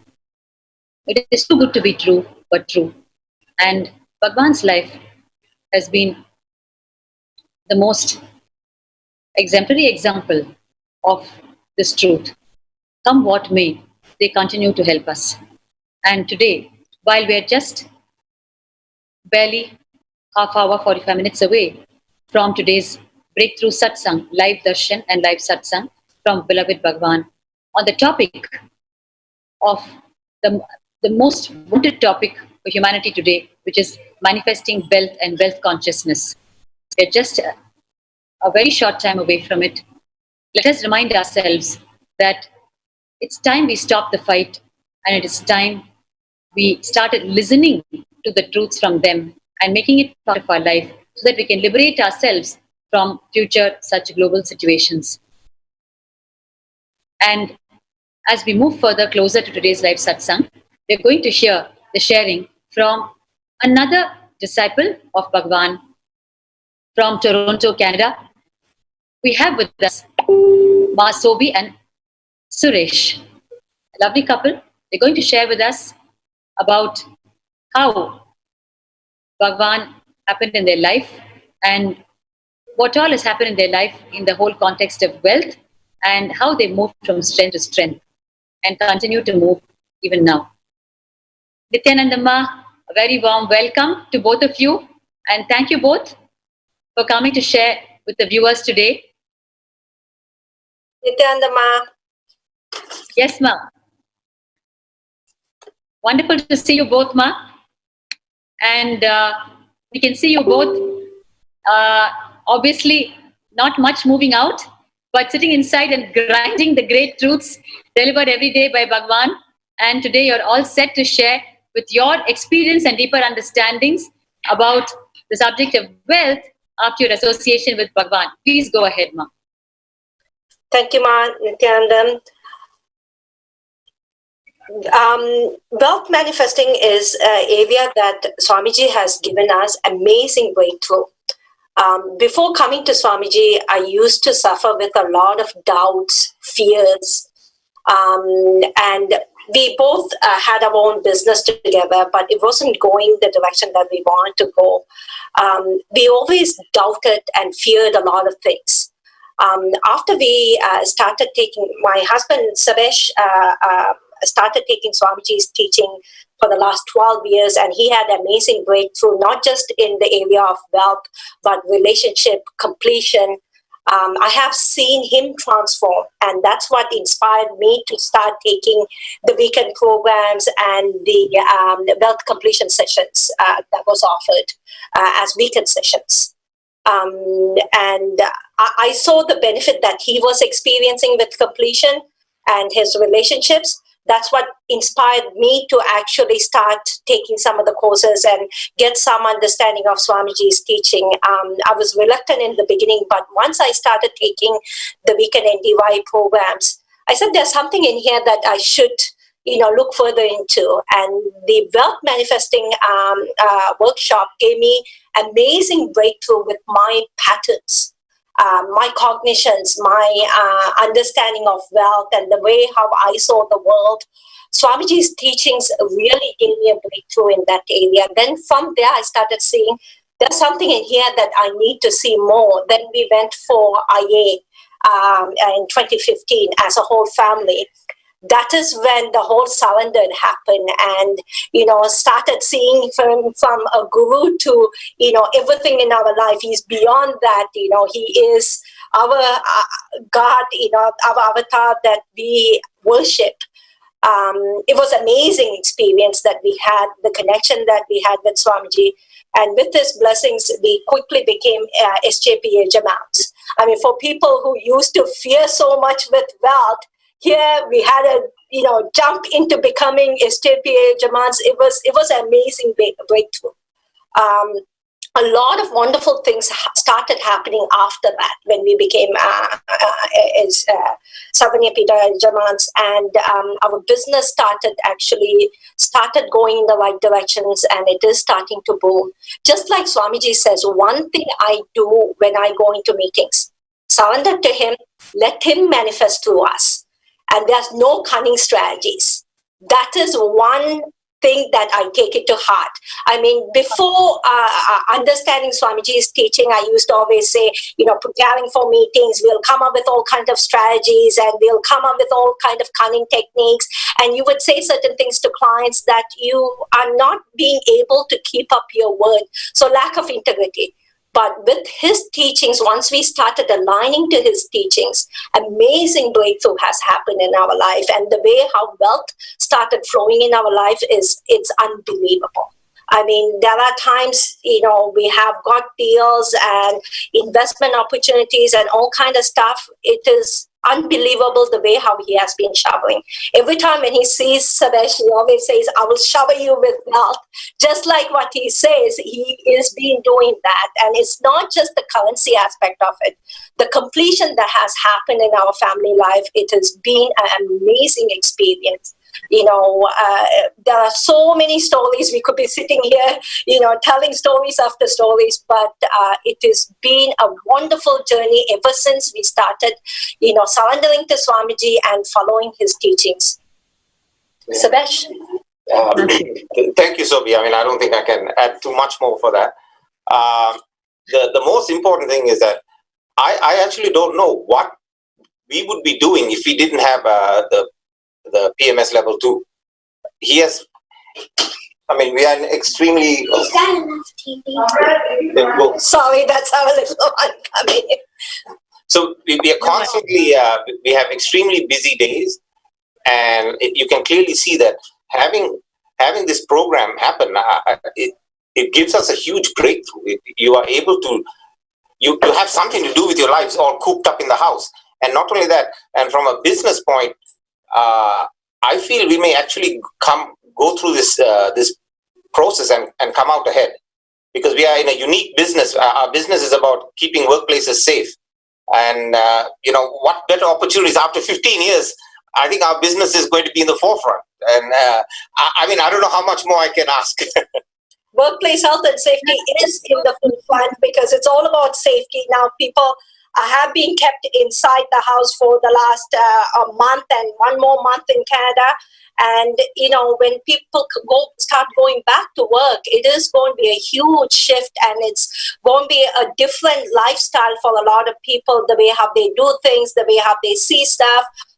There's a lot of anxiety that people have, especially with wealth, mental health, the uncertainty part. But if it's not for PMS2, the Paramashivam level 2, I think a lot of people would have got into a deep depression. Even when things started with COVID, and we have to even think about laying off employees and stuff like that, there was a little shake-up, and the fear started manifesting again within both of us, and we were going into, oh my God, what's going to happen? What's going to happen to all these contracts? How are we going to sustain all these employees while working remotely? There was a lot of uncertain stuff, and we started going back into that fear pattern a little bit. But the minute that we started listening to Swamiji and seeing him on a day-to-day basis, it completely shifted us. And now we are in that state that, everything is possible. Just, surrender to him. We are going to be much more better than what we have been ever in our life. So it's amazing. So level 2, you're doing the Paramashivam level 2 batch 2, ma? We participated in level 1. Now we are continuing to participate in level 2. But in between meetings, we can't sit through the whole program because we are working during the day. So you're part of the batch 1 and now you're part of the batch 2 as well. That's fantastic. And we are hoping and praying he will have a batch 3 so that we could continue to enjoy it. Your message, Sobhima and Sabeshji, what is your message to the people? As Swamiji announced the Paramashivam level 1, there was a huge participation. And like you said, it was at the time the Corona was really picking up and raging. And the relief that the people felt just doing the Paramashivam level 1 inside the comfort of their homes. And then he went on to the second batch, the third batch, and then we are hoping that we're going to hear a couple of more batches are definitely going to be announced. So what is your message to the people who have not yet registered for the Paramashivam level 1? Because this is like you can't have a greater boon or a prasad or a gift at the time of Corona, greater than Paramashivam program that Bhagavan is doing, which he's allowing us to take right from the comfort of our own sofa set, in our own living rooms, right? And because otherwise, imagine if we did not have this, what our mind would be consumed by. It would be completely consumed, eaten and destroyed in just the paranoia of the virus. So what is your message? Because it's very important that people understand whatever the avatars are doing, that is the need of humanity at that time. So if Paramashivam is what Swamiji is conducting now, then that is directly the need for humanity, because they will not do anything that, or rather, let me put it this way, whatever they do is what humanity needs, because they don't know to do anything else. So what is your message to the people, Ma? Our message to the people is don't miss this opportunity. I mean, we used to take it for granted when Swamiji used to do the IA programs and in his physical presence. And now that's a rare thing. And, we don't even know when is that going to happen. But what he's doing right now, especially during COVID situation, please do not miss this opportunity. You all have the time. You can log in and just stay connected, especially the processes that they are taking through with the completion sessions, giving the right contacts. It is amazing. And everybody will have some guaranteed breakthrough that they will have, whether in wealth aspect, relationship, or health, but it is definitely going to keep them mentally safe. There are a lot of mental health issues that people are suffering with. Whoever is taking part in the sessions that Swamiji is conducting, the Sangha is putting together, it will give them a personal breakthrough and it will keep them mentally safe. And Sabeshji, what about you? What is your message to the people? I really can't add too much, Ma, but all I can say is you not participating in... it is inconceivable why you wouldn't be participating in a program of this caliber. And my other argument is what else can you be doing? It is you saying no to life. If you are not participating, it's you saying no to life. Saying yes to life and come experience the bliss that all of us go through. We all have our own ups and downs, but at least connecting and connecting to some of the principles and the teachings puts us back into that bliss zone. Fantastic. Well said. We can see, Sobhima, the two of you are really so deep into the Paramashivam process, and it just shows up in just your whole body language and your faces. You're looking very fulfilled and radiant and so well settled within yourselves, despite the huge disturbance happening due to this unfortunate COVID-19. And it's really the compassion of Bhagavan and his ultimate tyaga that he's giving this to us during this time, because this is the only way he can keep us like those water droplets on the lotus leaf, which just stand by themselves, not touched by anything else. So he's literally keeping us like in a nest through the Paramashivam level 2 program, and the abhaya, the protection that he's been giving through the satsangs to the people is just amazing. Where he says, whether unfortunately you've contacted the disease, or you're in the paranoia of contacting it, whichever category you may be, just take the powerful cognitions, have the initiations, chant the Mahavakya, Om Nithyananda Paramashivam. You can't get a simpler kavacham than this mantra, right? Wear the Kantamala, chant the Mahavakya, Om Nithyananda Paramashivam. And today we are hearing of so many spiritual solutions for Corona today, which is amidst the most unfortunate thing, there is a fortunate thing that is happening on the other side. Because at least through a crisis, people are once again listening to the great truths and once again doing what the great rishis did, like the lifestyle of yoga, the lifestyle of chanting mantras, the lifestyle of living a self-sustaining life where you're almost not able to get things from outside today. So our lifestyle of Kailasa, which existed earlier across the globe, was a self-sustaining lifestyle. All of it is coming back, and we can see it coming back, which is the good news amidst all that's happening. And of course, our prayers are all with the people who are battling with the physical contact with the virus, and with the blessings of all the great masters, Bhagavan, all their presence on the planet. We pray for their relief. And the lesson to be learned is, it is time to touch base with the higher truths, to move our frequency of existence, and which is the happening of Sri Kailasa by Bhagavan, establishing the nation of Sri Kailasa to have the superconscious individuals living again on the planet, like how we used to live so many years earlier. So we can't thank both of you enough, Ma, for such clarity from your own living experience, literally from your own living room. You have a wonderful altar behind you, which is so nice to see.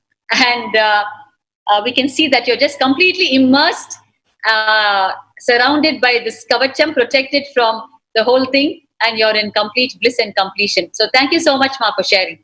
Thank you so much, Ma, for giving us the opportunity. And we would encourage each and every one of you to join with your families, and especially if you have kids, make sure the kids are taking some part in it. At least in the darshan times when he comes in, make sure your kids are sitting with you. That would give them some amazing breakthrough as well. Nithyananda. Thank you, Ma, for that final piece of advice. Thank you so much.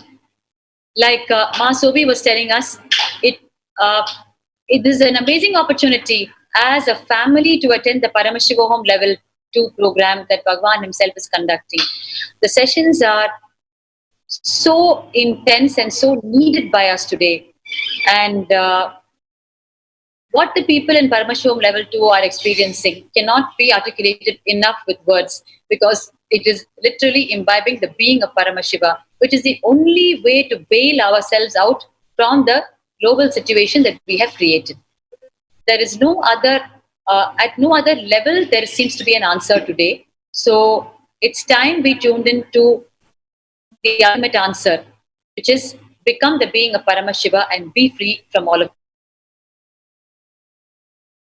A minute now, it is time. We take a minute now to share this live feed.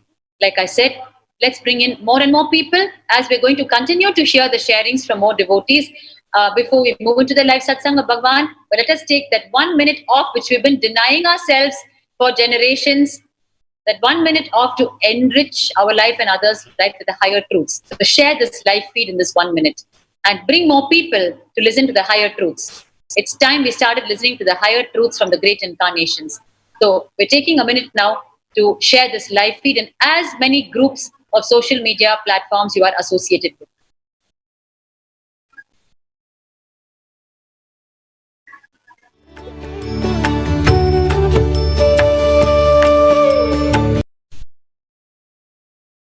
Yes, so please do continue to share this live feed as more and more people need to join to receive the breakthrough satsang from Bhagavan that's going to happen in a very short time from now.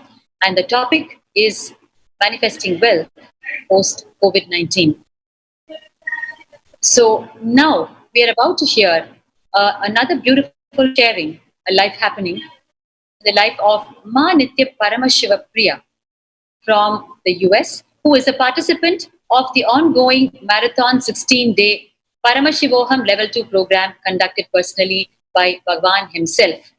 And while there are too many groundbreaking, too many breakthroughs, breakthrough experiences that the participants in the program are having, we have with us Nithya Paramashivam directly from the Paramashivam Level 2 ongoing program. Ma, Nithyananda Ma, are you able to hear me?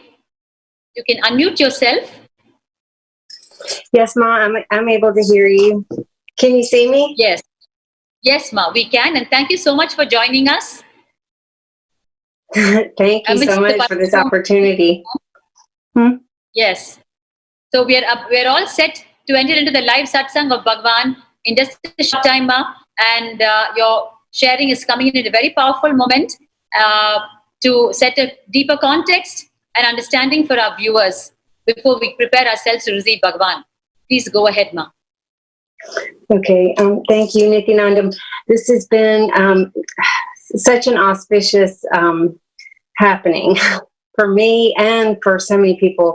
I mean, like millions, apparently. There's millions taking part in this. And so I have been personally blessed, breaking so many patterns. I have attended other programs at Invidity, and lots of online programs, but this one just completely changes everything up. We have had so much fun. People, and we're literally attending from home. So while everybody's stuck at home, we're having breakthroughs, and not just personal breakthroughs, but like global breakthroughs. It has been a great opportunity for me, and I'm just so grateful and thankful to Swamiji for giving everybody this opportunity. And I don't know what else to say except for that, I've had breakthroughs on all levels. Powers, manifesting powers, completion with family, friends, patterns that I've dropped. Actually, speaking right now is I'm not too scared, and I would have been scared. So many great things have happened, and I'm just so thankful. Is there any one powerful breakthrough experience that you would like to share with the viewers, which you think will help them understand the nature of the Paramashivam Level 2 program better, Ma? There's just too many to say. I guess the biggest breakthroughs for me, they've been subtle, but really it's my self-doubt, self-hatred, what Swamiji has referred to as our SDHD.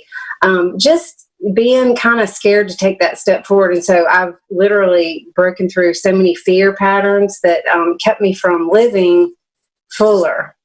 And instead of kind of holding back, it just has made me feel like, everything's auspicious. It's a great opportunity and chance and that's huge for me to do that. So, and because I'm an artist, and I've had a hard time sometimes expressing myself for fear of failure and other fears that have come up. And this has really just helped me to break through all that. That's, I guess, for me, the biggest one. But the darshans that Swamiji's been having have been beyond any words. So. Thank you so much, Ma Paramashivapriya. And you have a wonderful spiritual name given by Bhagavan himself, Paramashivapriya, which means the eternal beloved of Paramashiva himself. So may you be always in oneness with Paramashiva and fulfill the purpose of your birth. So that's wonderful, Ma. So I think you will go back to your Paramashivam Level 2 sessions now. It's such an ongoing marathon of 16 hours a day for 16 days. It's just amazing. So thank you so much, Ma. Thank you. Thank you. Everybody should come. Yes. So the Paramashivam Level 2 program, which is offering the breakthrough solutions for people, while millions out there are trying to come to terms with the situation today globally, through the Paramashivam Level program, Bhagavan, out of his ultimate compassion and Tyaga, is giving the opportunity to tune into something entirely different, which will help us to combat the global situation also, which will help us even cognize the global situation at a much higher frequency, instead of getting caught with it at a very low level of deep fear psychosis. So the Paramashivam level 2 is literally a necessity in the given situation for each one of us. And all the people who you've seen sharing on this panel today have gone through either the batch 1 of Paramashivam level 2 or the batch 2-3 that's going on now, or they've been part of both the batches. So that is the power of the program, and we invite every one of you to be part of it. It's going to happen again. Another batch is going to be announced. It's going on like an endless marathon, and people are waking up to the need of this program in their life. The situation around is forcing them to wake up, rather. So as we move closer and closer to the life discourse satsang by Bhagavan, the breakthrough satsang, we are all agog, eager to hear today. We're now going to, we've heard the Sakshi Pramanas, the eyewitnesses, the witnesses who have experienced firsthand in their life the manifestation of wealth by the grace and the powerful initiations and cognitions from Bhagavan. And let us hear, to set a deeper context, before we enter to the live satsang of Bhagavan, let us hear what our great Shastras have to say about this, what our Hindu scriptures have to say about this. Because every single truth that Bhagavan shares with us, gives it to us as a powerful cognition and gives it to us as a powerful initiation, is from the great scriptures, from Paramashiva himself. And when Paramashiva comes down as the incarnation, he breathes life into those scriptures, life into those truths. And we hear directly from the Shastras and make it a living experience. So Bhagavan has given us so many references from the Shastras, and he's always told us, please ever to the Shastras, whatever truth anyone gives you, because only then you know that it is the truth for sure, because it is from the Hindu scriptures and from Paramashiva himself. So it is time now to share the great truths from the Shastras themselves. But before that, before we enter into that small segment in today's session, let us listen just 2-3 more minutes directly from Bhagavan himself, from earlier satsangs, and then we will move on to this segment. Yes. The most beautiful strategy for the wealth from Isavasya Upanishad. Ishavasya midagum sarvam yatkinja jagatyan jagad tena tyaktena bunjita makridakasya sviddanam kurvannevega jijivishetchadagno samaha evam tvayinanya karma lipyate. The Upanishad goes on. I'll translate just 2 lines.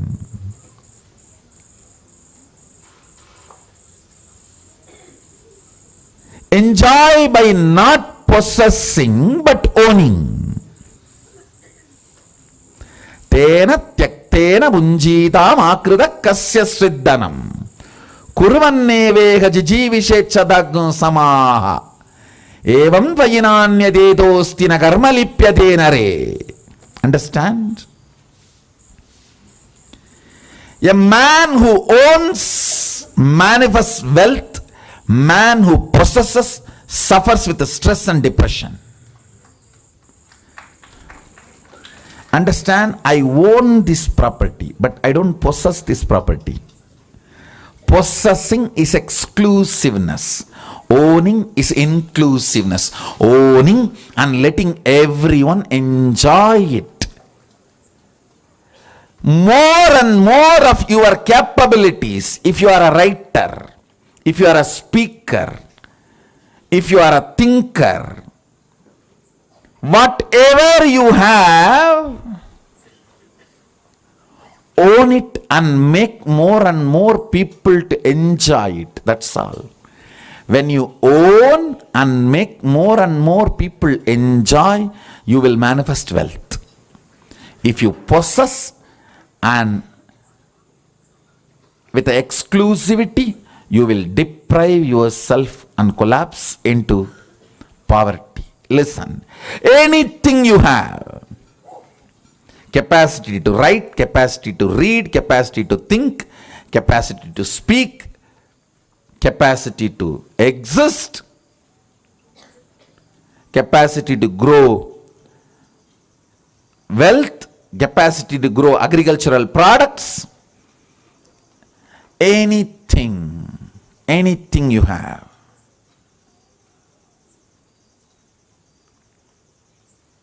If you share the best strategies for life, you are called Brahmana. If you share an ideology and give the security feeling to people, you are a Kshatriya.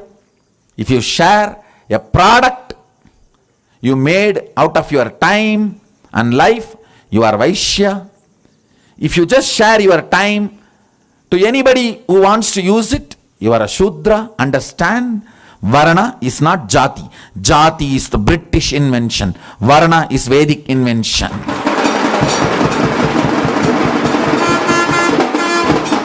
Varna is not Jati. I strongly support Varna and Ashrama Dharma.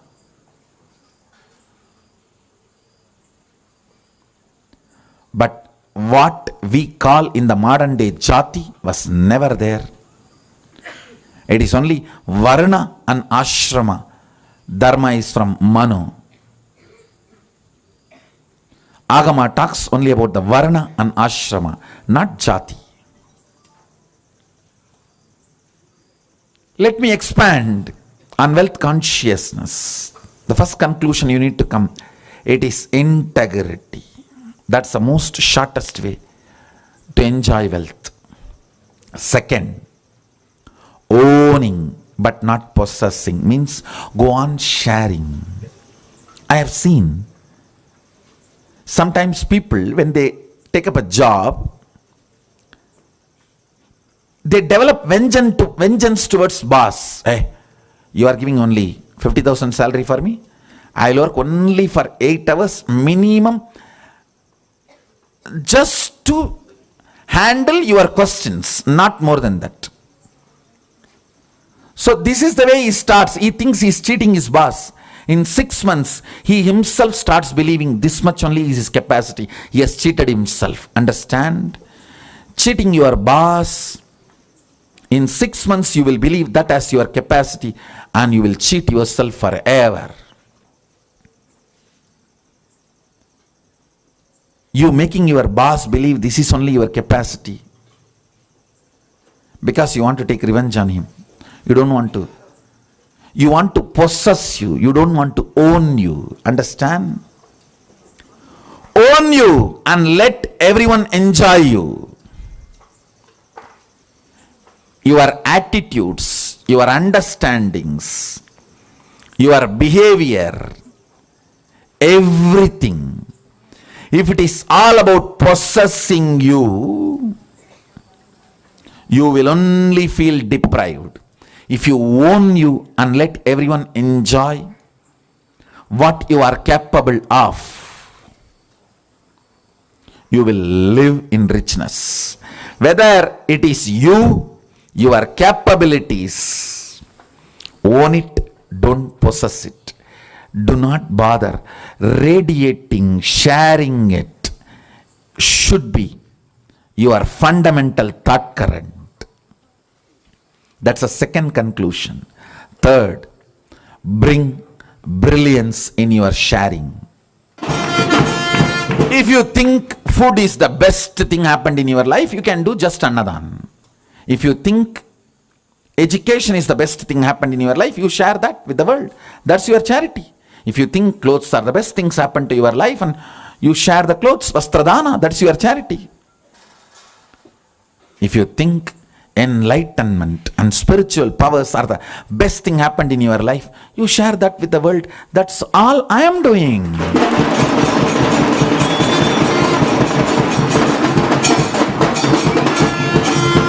Every day I am sharing the spiritual powers at least with few thousand people.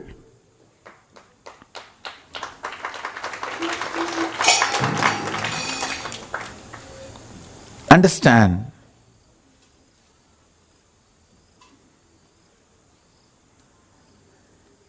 share in a very intelligent way. Let your enriching be authentic performance of you. You can enrich the world by sitting and painting the table, or you can enrich the world by teaching the science of making tables. You decide what is the most authentic way you can enrich. First conclusion you need to arrive is integrity is the best strategy. The next conclusion you need to arrive: own but don't possess. Go on be sharing, whether it is you or your space or your qualities or your qualifications. I tell you, the words you utter people may listen, but the way you behave people feel it. Let your behavior is all about owning, not possessing. That's the second conclusion. Third, let your enriching be most authentic, means every day upgrade yourself. Ultimate should not be final. Ultimate grows every day.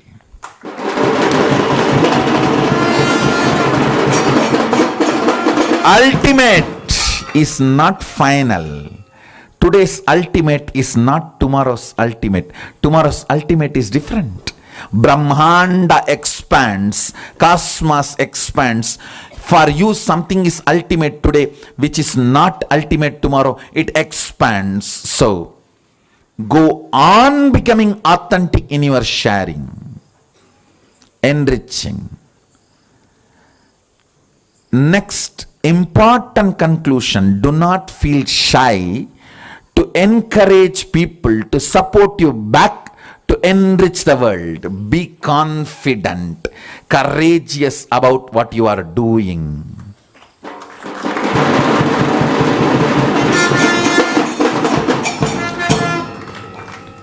Don't be weak. Be confident about what you are contributing and encourage people to contribute back to them, so you can continue to contribute. You can keep this Dharma Chakra alive. That's all. Just these 4 conclusions.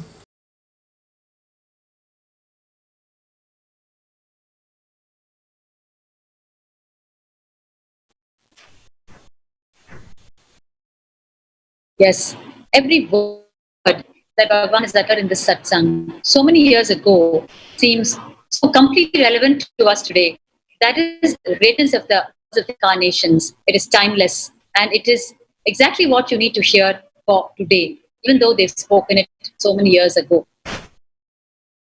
As we're waiting for the live satsang of Bhagavan, preparing ourselves to receive the breakthrough truths on manifestation of wealth post COVID-19, we continue to hear from the all excited participants from the Paramashivam level 2 program.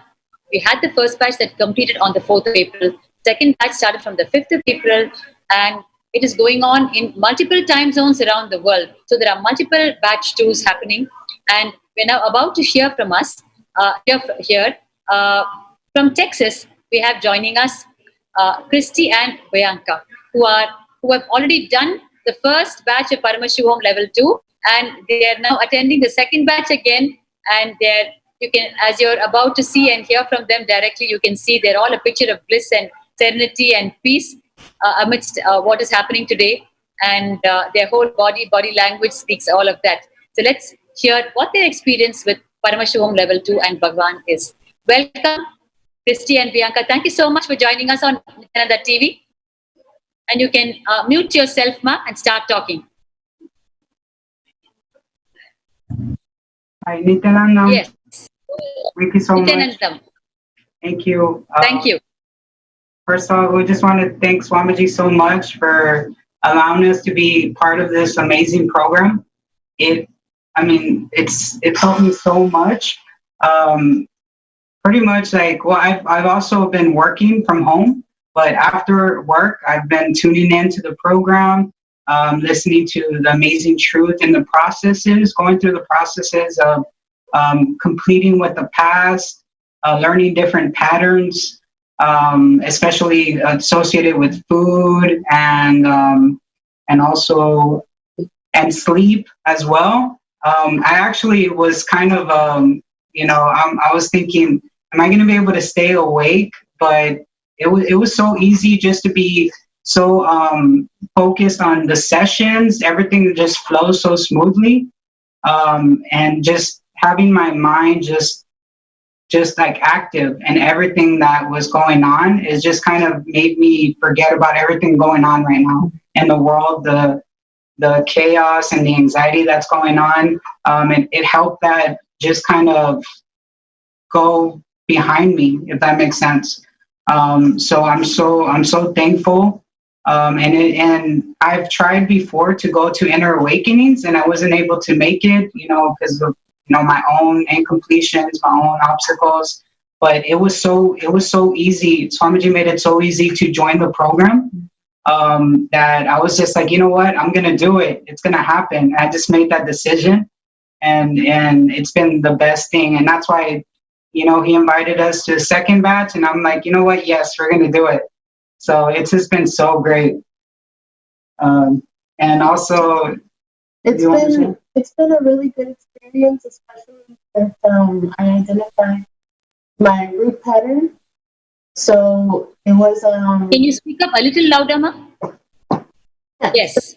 I identified my root pattern during the first program. It helped me notice what. No, your audio is not coming through completely. Yes, can you go ahead now? Okay, can you hear me now? Yes, it's a little broken, but yes, we're able to make out, Ma. Yes, go ahead. I just wanted to say that it helped me identify my root pattern, and a lot of patterns pretty much fell into place after that was identified.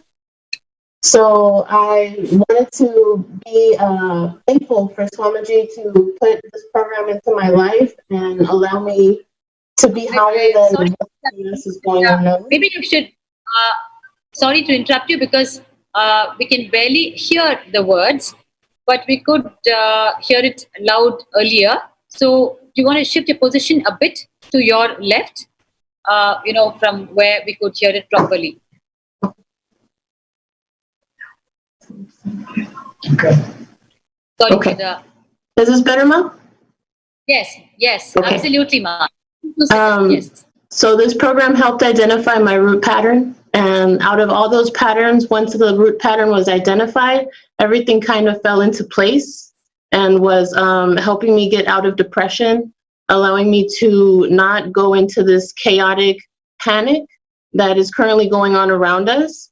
And so this program has allowed us to be in like a serene bubble to grow and to be a better version of ourselves. It's true what he says.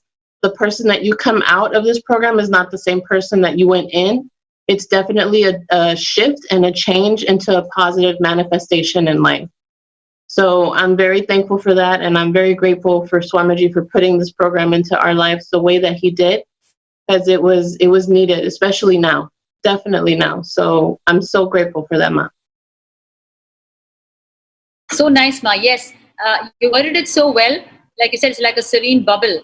And with so much happening around us, we are using this opportunity given by Bhagavan in this most unfortunate time to actually touch base with higher truths, which is always how the solutions of Paramashiva is. Nothing given to us by him as a punishment. It is always a way to go to the higher frequency of existence for us.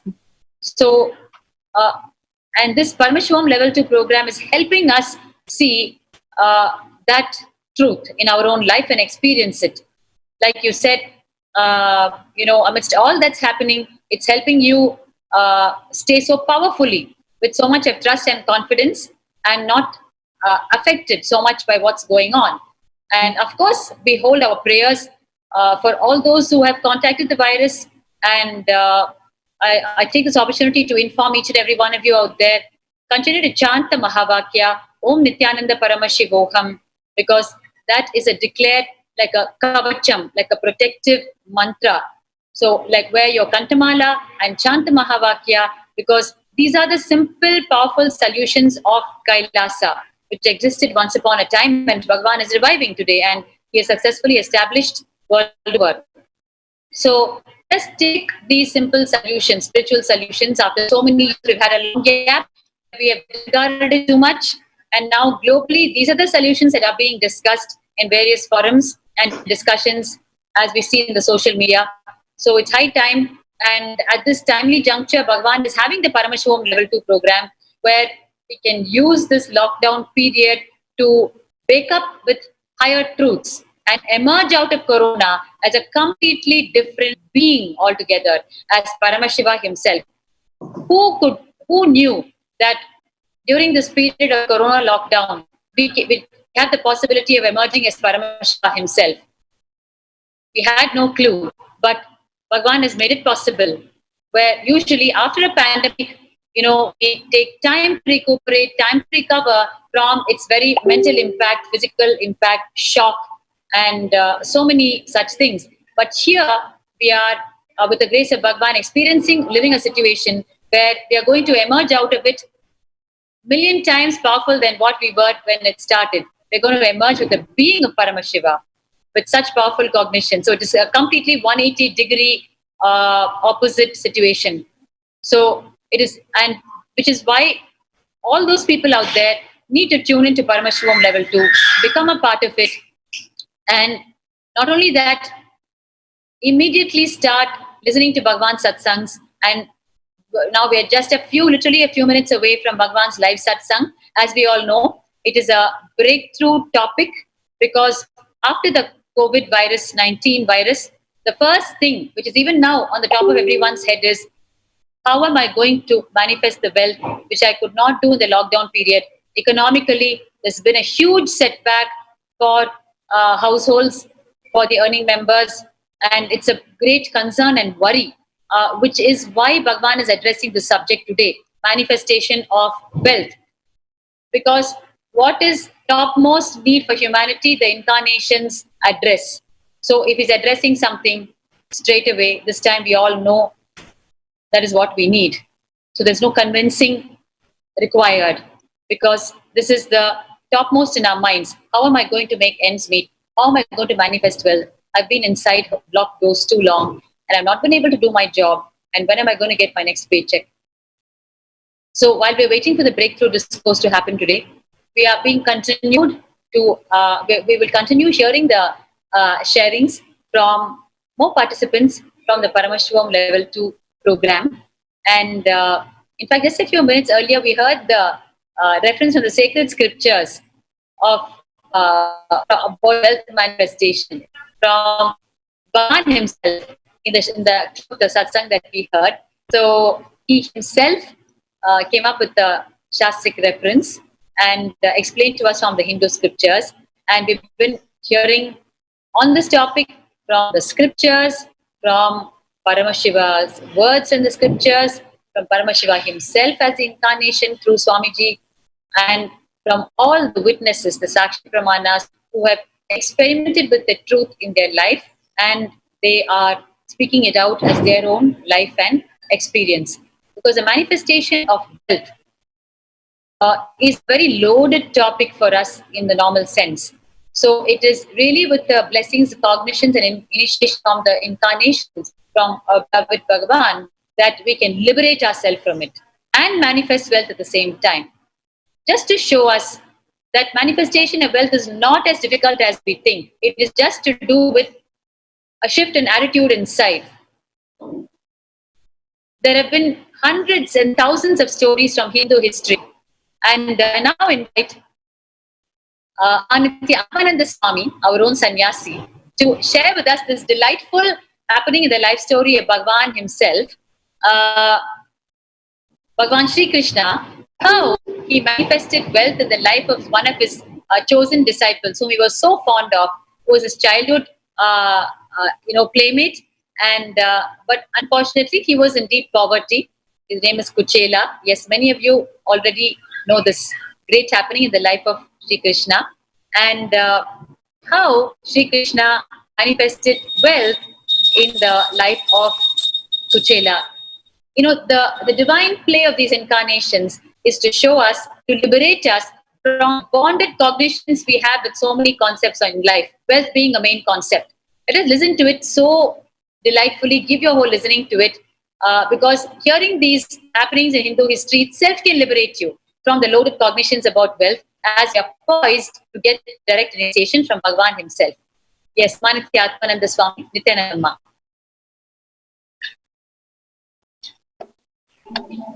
Nithyananda, it is one of the most beautiful and heart-touching story, which is from directly Bhagavata Purana, and it is a story of Kuchela, who is the most dearest and sweetest childhood friend of Bhagavan Sri Krishna himself.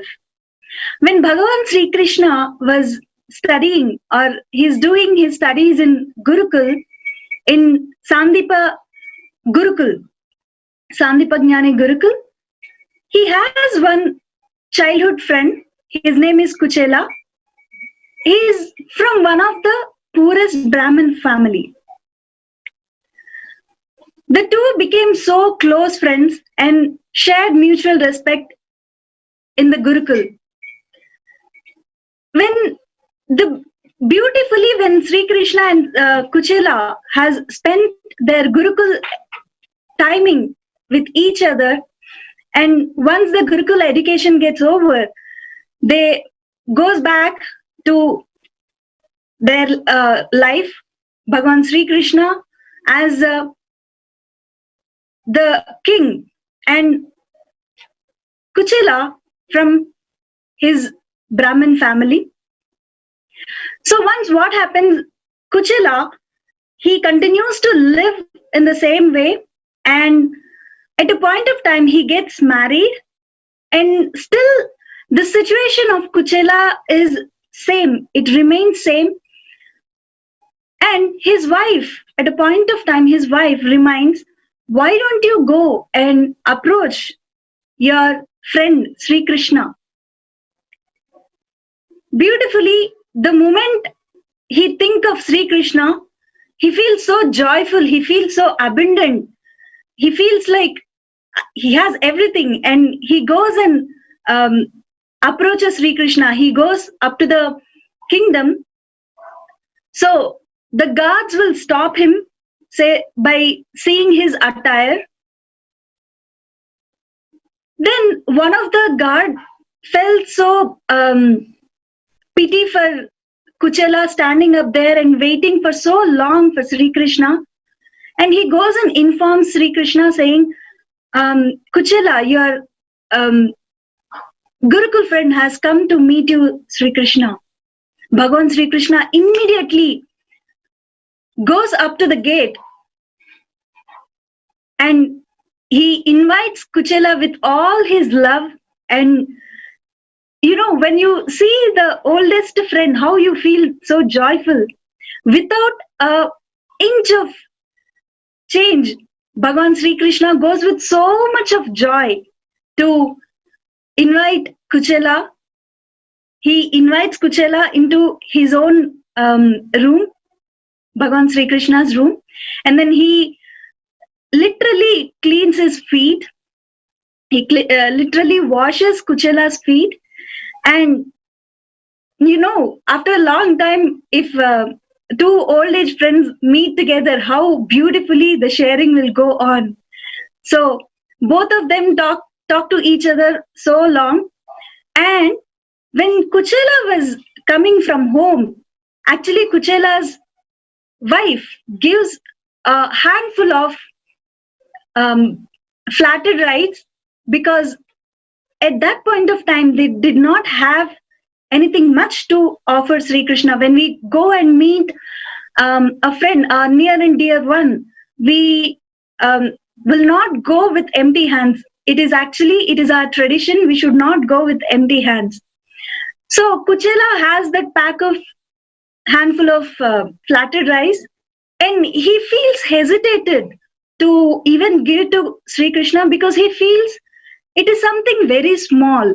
And so he hides that pack of flattered rice and thinking, how will I give? But still, I cannot go with empty hands. At the same time, for the king like Sri Krishna, how can I offer this handful of flattered rice? So Sri Krishna, just looking at the eyes of Kuchela, he feels so joyful and he asked, Kuchela, I think you got something for me. Then immediately Kuchela cannot stop himself. Obviously, he has to, when Sri Krishna himself asked for it, then Kuchela cannot stop himself. So Kuchela offers, saying, it is a very little which I have, but still I cannot come with the empty hands, and what I have, I brought it. Sri Krishna understands the whole phase what Kuchela, his friend, is going through. It is not only what he is going through, and he saw the very beautiful space which both of them carried, and the beautiful space which Kuchela has, and he literally with so much of smile and joy, he accepts it. And Kuchela do not want to ask. He overflows. He feels so joyful just by meeting Sri Krishna and the space which Sri Krishna has given, and it felt like so showered on him. And Kuchela goes back. Yeah, you can see the picture of they lived with each other and how they beautifully share their relationship. They sit together, eat together, literally grown up together. Then the moment Kuchela goes back to his house, after Sri Krishna understanding what a Kuchela space is, with that, Sri Krishna showers on Kuchela. After that, Kuchela never ever seen what the poorness means. He never seen what is that which is feels so abundant. The space when he got into, he felt so fulfilled.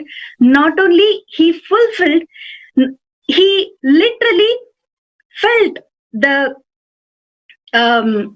space, the abundant space has showered everything. Like in our panel, we have seen so many Kuchelas where Swamiji himself created, and you have seen so many the sharings when you saw like how Swamiji showers, like how Sri Krishna himself is showered. His whole house was completely different. The Kuchela's whole house was completely different. Whatever the phase which Sri Krishna has, the Kuchela has gone through, everything was completely different. The whole house was completely decorated with all grand interior and everything which a common man has, everything he has. And finally, his clothes itself turn into a grand the patu, the grand clothes. So like this, Swamiji has touched many of people after this COVID pandemic gets over. It is a human tendency to get scared. What is that we're gonna do? What is that we gonna how are we gonna cope up with the life? So this breaking satsang Swamiji is gonna give in next few minutes. In very few minutes, Swamiji is gonna give such a kind of powerful cognition Swamiji is gonna give. So let us sit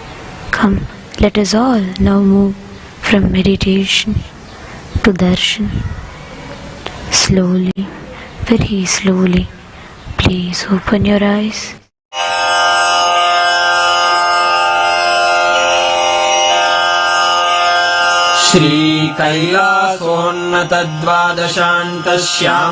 श्रीकैलासोन्नतद्वादशान्तश्यामलापीठारूढ श्रीमीनाक्षि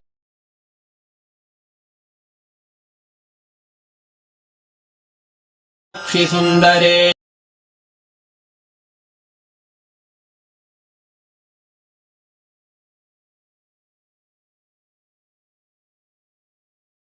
ईश्वरा भिन्नस्वरूप परशिवपुत्ररत्न कुमार गुरुमण्यतुल्यावतार श्रीपार्वतीस्तन्यपानलब्धदिव्यज्ञान विश्रुतसकलनिगमागमसारभूतद्रा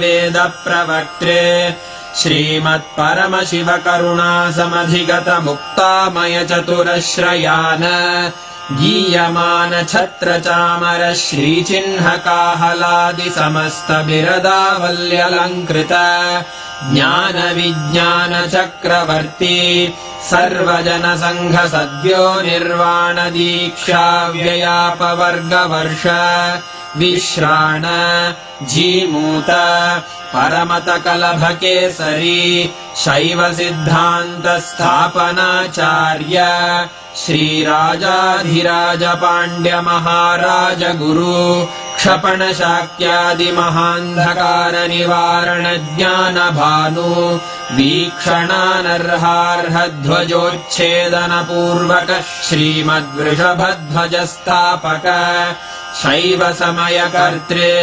सर्वज्ञपीठारूढ श्रीजगद्गुरु श्रीज्ञानसम्बन्धदेशिक स्वामि वागीश सुन्दर माणिक्यवाचक स्वामिनाम् अवतारभूत श्रीज्ञानसम्बन्ध स्वामि पुनरुद्धृत श्यामलापीठ सर्वज्ञपीठ त्रिनवत्युत्तरद्विशततम गुरुमहासन्निधान अरुणगिरियोगीश्वर परम्परागत अरुणाचल सर्वज्ञपीठ गुरुमहासन्निधान कैलास परम्परागत काञ्ची कैलास सर्वज्ञपीठ त्रयस्त्रिंशदुत्तरद्विशततम गुरुमहासन्निधान नित्योत्सव नित्यमङ्गल नित्यकल्याण नित्यरजित कैलास परम्परागत आदि कैलास नित्यानन्दपीठ महासंस्थान महासिंहासन पीठकर्तः साक्षात् श्री परमशिव समुद्भूत कैलास परम्परागत वैवस्वत मनु इक्ष्वाकु हरिश्चन्द्र भगीरथ श्रीरामचन्द्र शूरसेन इत्यादि अनवच्छिन्न सार्वभौम चक्रवर्ति परम्परागत चतुष्षष्टि योगिनी मण्डित चतुष्षष्टि सम्प्रदाय प्रवर्तक मनुधर्म शासन सूर्यवंश प्राप्त सर्वज्ञपीठ सुराङ्गी साम्राज्य मूर्धाभिषिक्त चूडामणे साक्षात् श्री परमशिव समुद्भूत कपिल महागुरु पुनरुद्धृत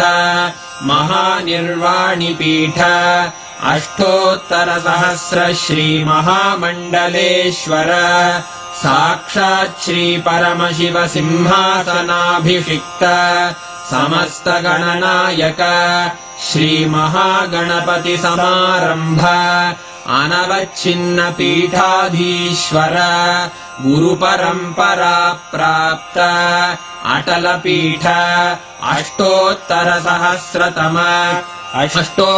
सहस्र श्री अटल पीठाधीश्वर धर्ममुक्तिस्वर्गपुरस्वर्णपीठ त्रयोविंश गुरुमहासन्निधान कैलासपरम्परागत आदिपीठ सर्वज्ञपीठ जगद्गुरो श्रीकैलास पुनरुद्धारक श्रीकैलासपरमाचार्य श्रीमत्परमहंस परिव्राजकाचार्यवर्य सच्चिदानन्द प्रणवस्वरूप श्रोत्रिय ब्रह्मनिष्ठ श्रीमज्जगद्गुरु श्रील श्री भगवच्छ्री नित्यानन्द परमशिव श्री ज्ञानसम्बन्ध देशिक परमाचार्य स्वामिन् अत्रागत्य परिपाल्य च अस्मान् विज्ञान वितरणेन विजयी भव जय जय।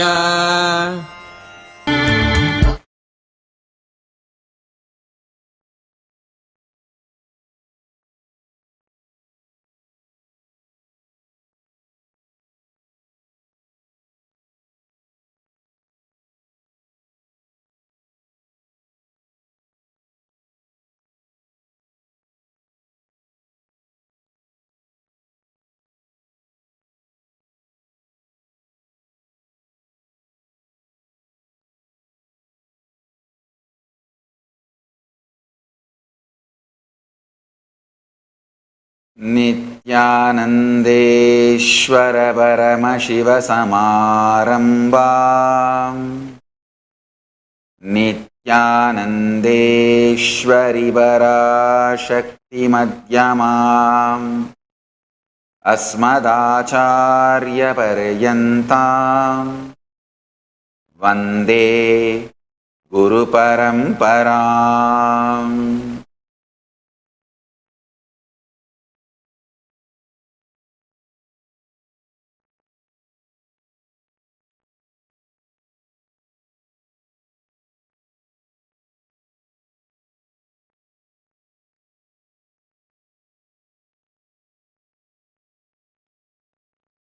I welcome you all with my love and respect. I welcome all the practicing, living Hindus all over the world and all the Kailasa-vasis and Kailasa-visvasis, SJP, Kartas, Yajamans, Srimahans, Mahans, Tanedar, Kotari, Kayakalpa Yoga participants, Kailasas, E-Gurukul students, Kailasas, NHU students, and the participants of Paramashivam Level 2, participants who have logged in from all over the world having Nayana Diksha. I welcome all of you with my love and respect. I welcome everyone watching us live on Kailasa TV, Kailasa's NTV, Kailasa's Hinduism Now TV, Kailasa's Enlighten app, Kailasa's Nayana Diksha, and other social media platforms such as YouTube Live, Facebook Live, and Twitter. I welcome all of you with my love and respect.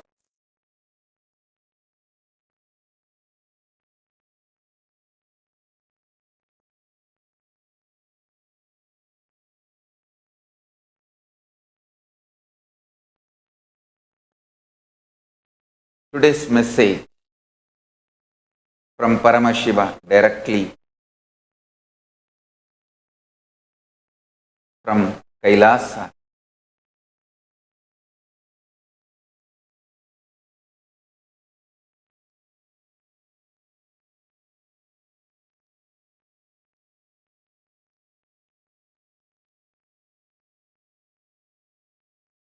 Views and solutions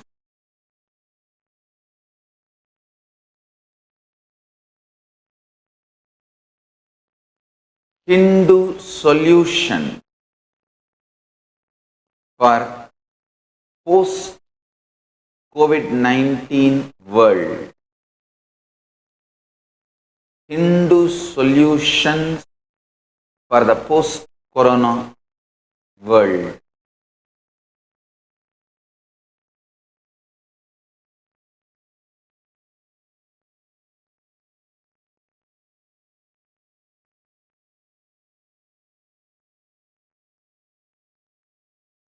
In Hindu tradition,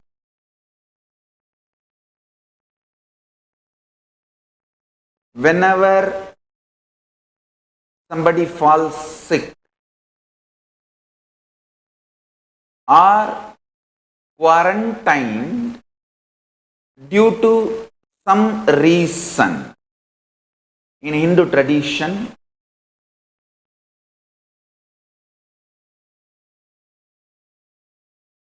quarantine is used in multiple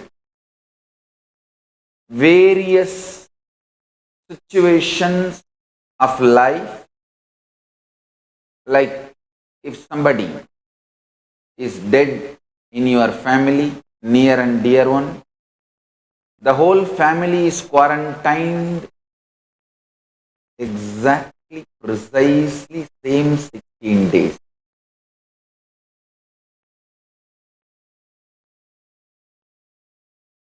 The time usually taken for the virus chain to break.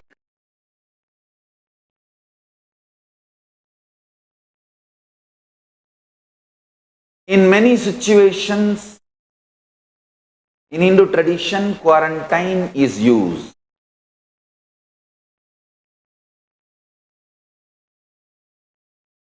Whenever somebody is sick or under quarantine, that person is expected to do Shravana and Manana, means listening to the great truths, powerful cognition,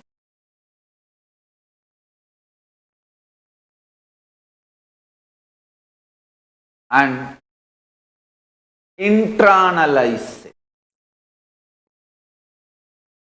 Shravana means collecting cosmic cognition, listening to the great truths, powerful cognition. Manana means mapping them to your life, internalize.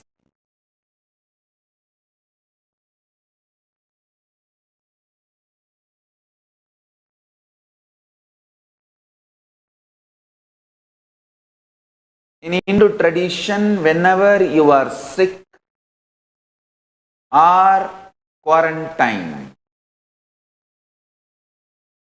you are expected to do Shravana and Manana, listening to higher truths and internalizing them, to internalize. Now, almost whole world is quarantined. Even though only small number of people are sick compared to the population of the planet Earth, only small percentage is sick, but rest of them are quarantined. So the world is going through an unexpected or unimaginable situation.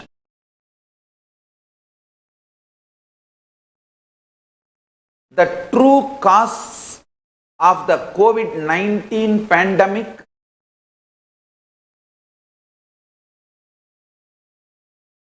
is still unknown.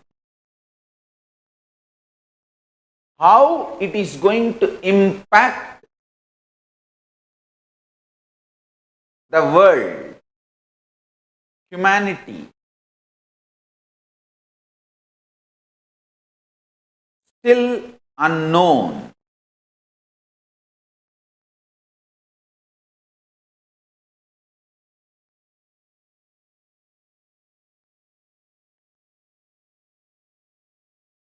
COVID-19 has swept the whole world.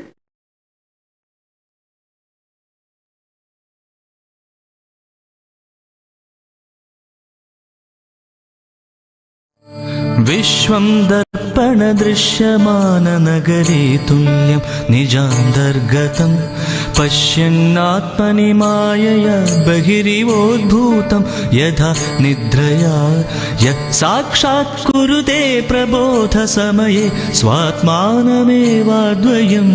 तस्मै श्रीगुरुमूर्तये नमः इदं श्रीदक्षिणामूर्तये विश्वं दर्पणदृश्यमाननगरे तुल्यं निजान्तर्गतं पश्यन्नात्मनि मायया बहिरिवोद्भूतं यथा निद्रया यत् साक्षात् कुरुते प्रबोधसमये स्वात्मानमेवाद्वयं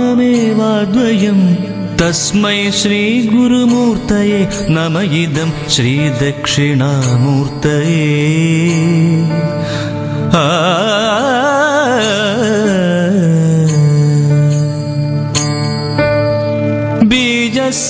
बीजस्यान्तरिवाङ्कुरो जगदिदं प्राङ्निर्विकल्पं पुनः मायाकल्पितदेशकालकलना वैचित्र्यचित्रीकृतं मायावीव विजृम्भयत्यभिमहायोगीव यस्वेच्छया तस्मै श्रीगुरुमूर्तये नमः इदं श्रीदक्षिणामूर्तये बीजस्यान्तरिवाङ्कुरो जगदिदं प्राङ्निर्विकल्पं पुनः मायाकल्पितदेशकालकलना वैचित्र्यचित्रीकृतं मायावीव विजृम्भयत्यभिमहायोगीव यस्वेच्छया तस्मै श्रीगुरुमूर्तये नमः इदं श्रीदक्षिणामूर्तये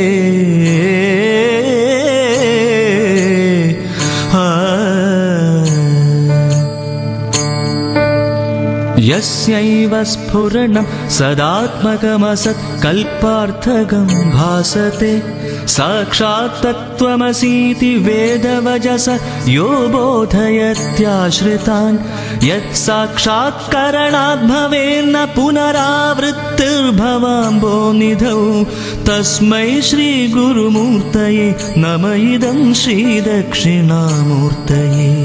यस्यैव स्फुरणं सदात्मकमसत्कल्प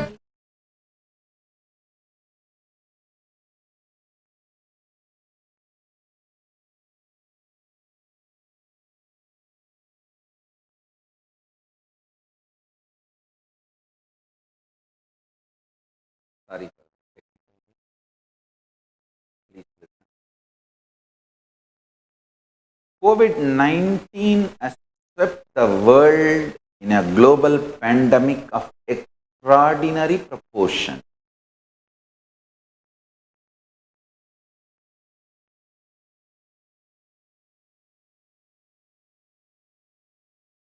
Not just the health costs, the quarantine,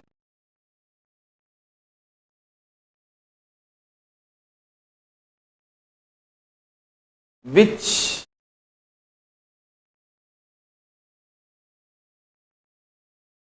is mandatory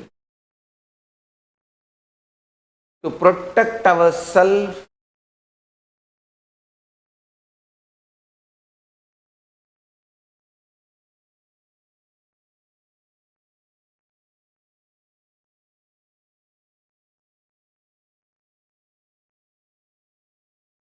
and all the other prevention methods we have to follow to protect the large population from this global pandemic. Its direct and indirect effect on economy,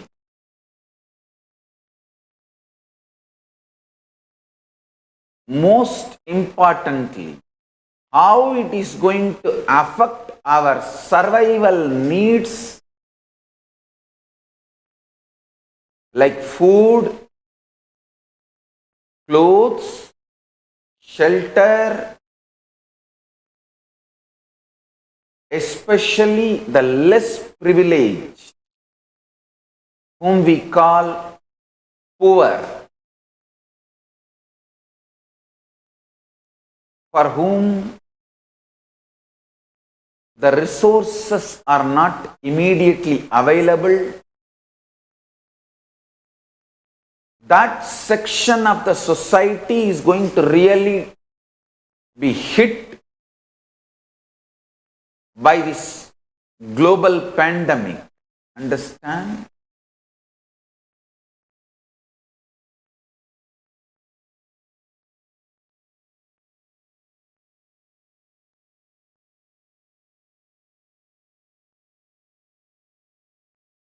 Centers for Disease Control estimates suggested anywhere between 200,000 to 1.7 million deaths could be expected in the United States alone, depending on the eventual fatality rate.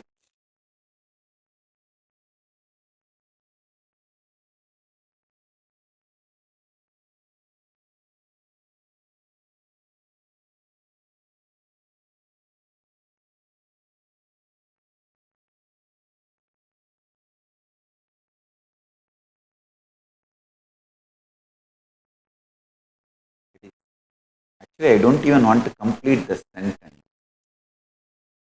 It's just terrifying.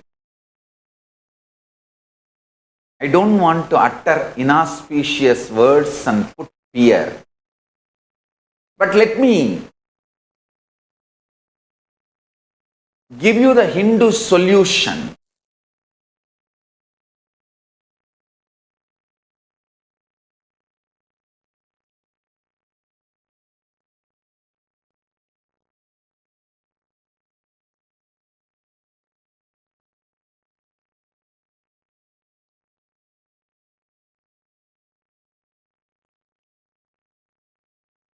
First thing I want to tell,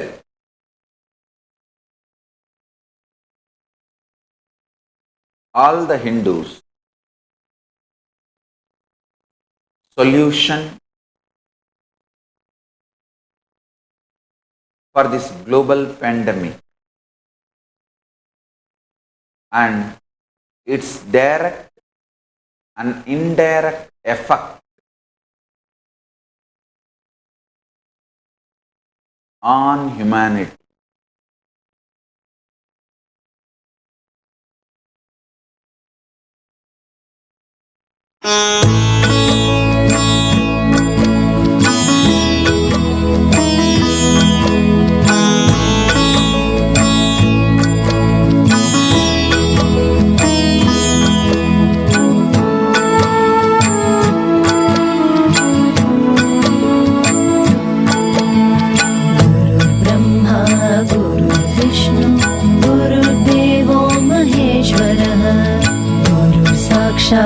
परब्रह्म तस्मै श्री गुरवे नमः।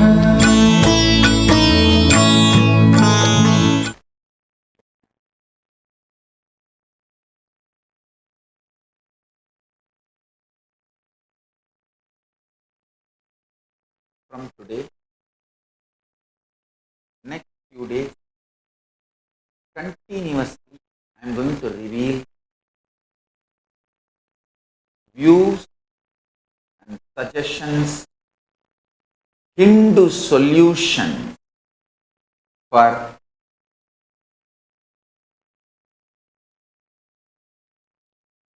all the COVID-19 related problems, issues,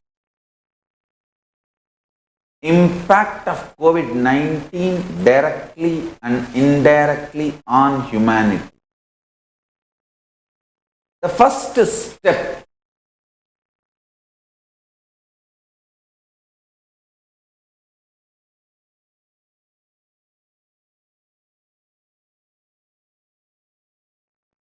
we Hindus need to do is जगे लवेत्वाञ्छितार्थं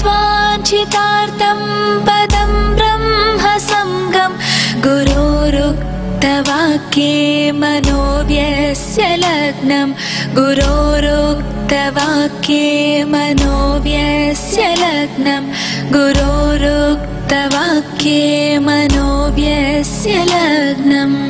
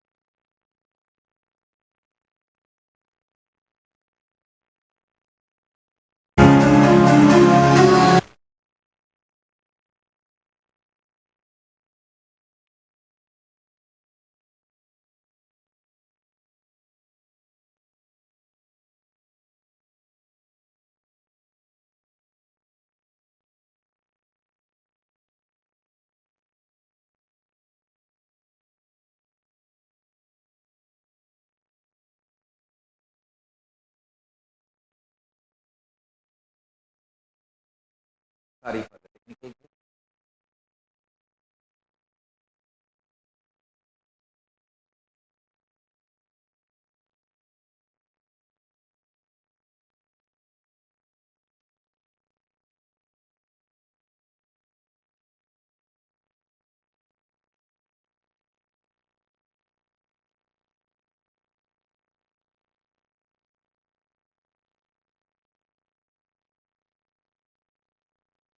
Sorry for the technical glitch.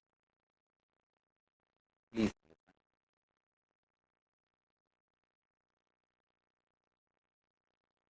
The first point we need to do Shravana and Manana, listening and internalizing, is karma. Why this COVID-19, the coronavirus problem, the COVID-19 pandemic?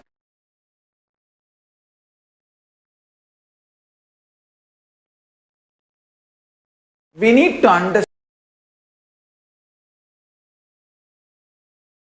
understand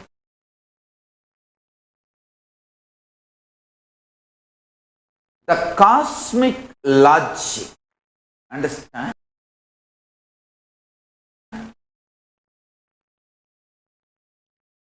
Modern day human beings are so enamored by the binary logic and its utility values in day-to-day life. Understand, the binary logic is used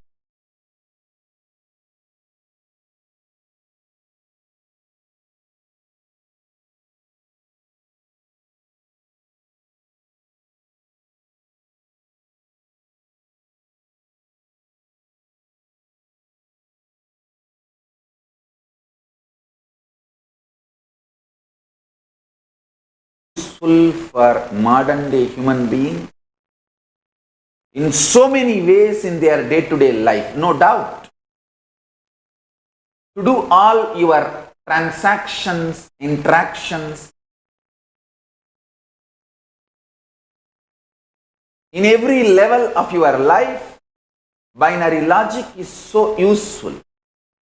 And you are enamored by the binary logic. We forgot there is something like cosmic logic exists. Understand? Cosmic logic is karma.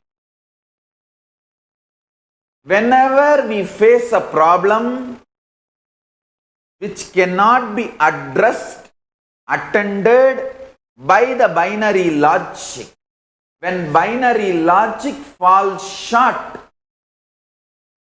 to give solution, we need to look up to cosmic logic. Multi-dimensional logic. Karma is cosmic logic. In simple words, if I have to define karma,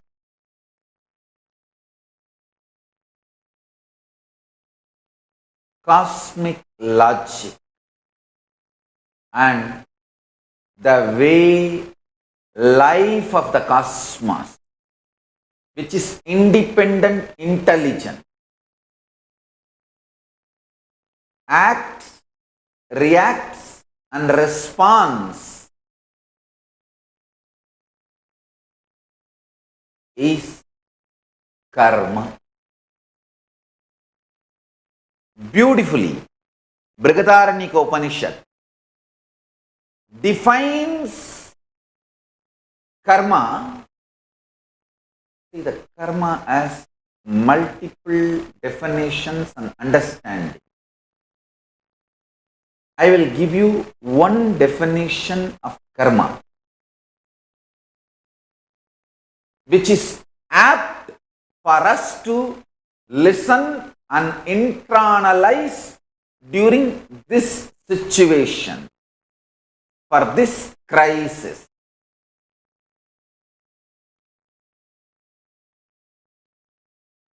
Yata kari, yata chari, tata bhavati, sadhu kari, sadur bhavati, papakari, papo bhavati, punya punye.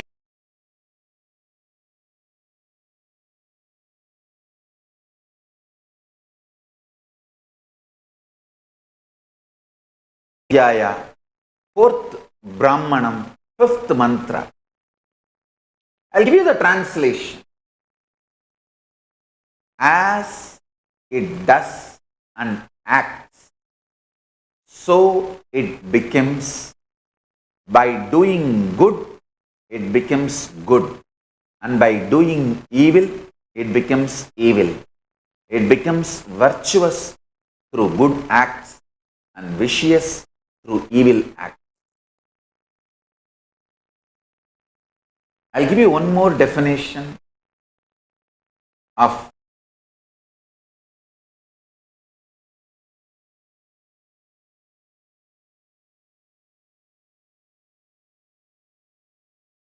and internalize during this crisis. Again, this definition is from Brihadaranyaka Upanishad,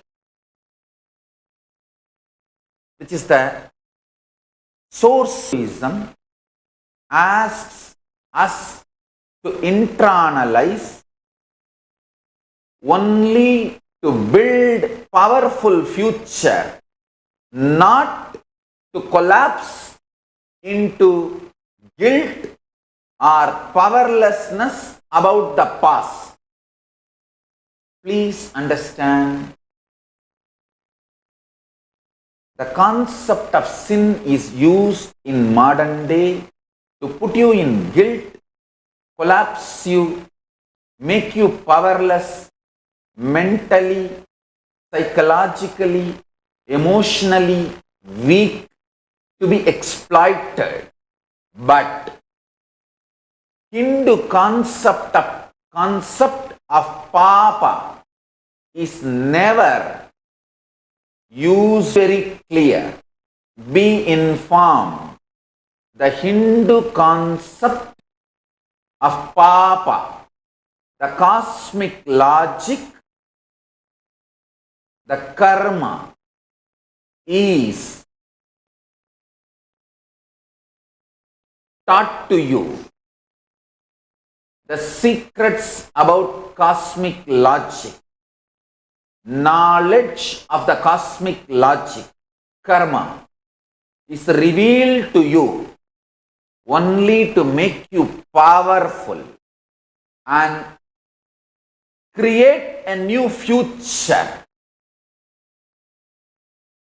to live powerfully and undo all the mistakes committed in the past due to delusion, ignorance.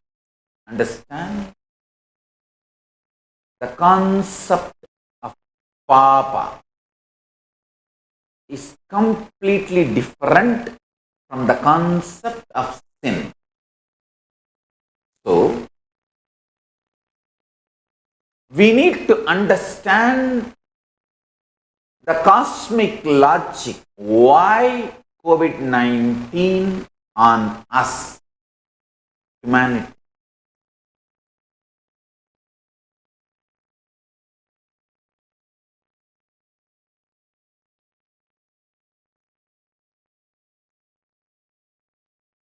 If we internalize this truth, we can build new future for us, eliminating these papas, aligning ourselves more to the cosmic logic, so we can avoid this kind of pandemic crisis in future.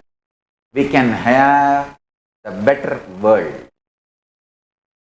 The first truth, the first understanding we need to have is purpose of the world, the primal principle, the primary principle of the universe is, let us all coexist and celebrate our life.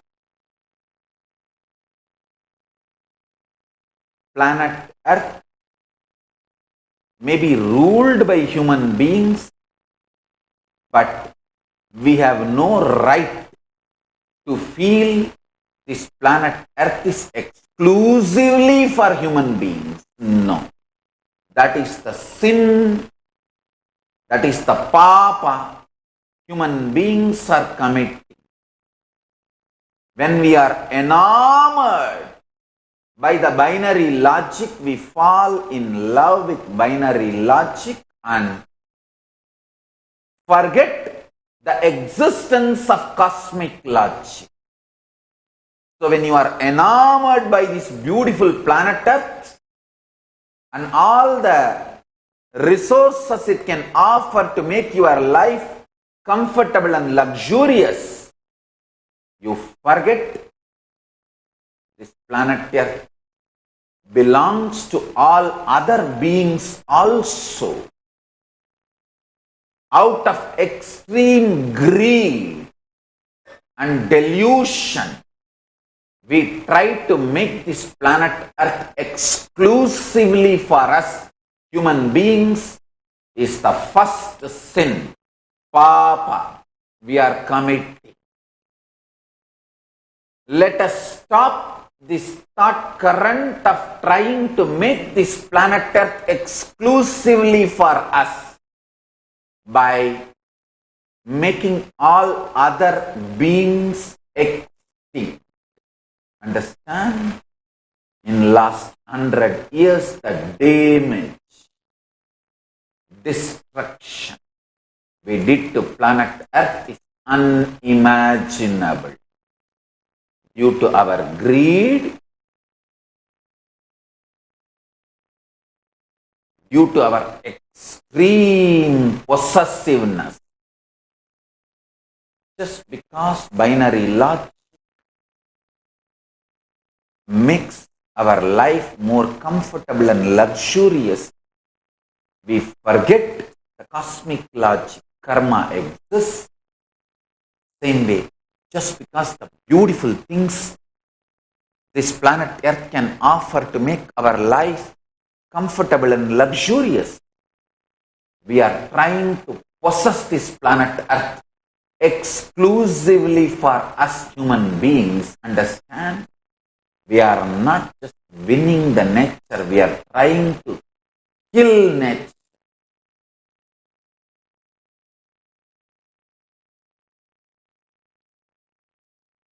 Billions of animals are killed for food every day.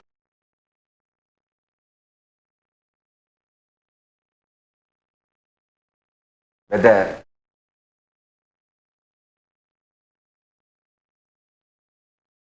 for your food, or medicine, or cosmetic, or things which makes you comfortable, or luxurious needs, whatever may be the purpose, but we are forgetting the most important cosmic logic. Let us all coexist and celebrate life. Ahimsa Paramo Dharmah. Non-violence is the ultimate natural law of life, cosmic logic of life. Ahimsa Paramo Dharmah. Non-violence is the ultimate principle of cosmic logic. The extreme greed is making human beings possessive of planet Earth, and just for our taste buds, we are ready to kill billions of animals. It is not even to satisfy the hunger. Satisfying the hunger, keeping yourself healthy is verily possible with vegetarian lifestyle, with plant-based diet, food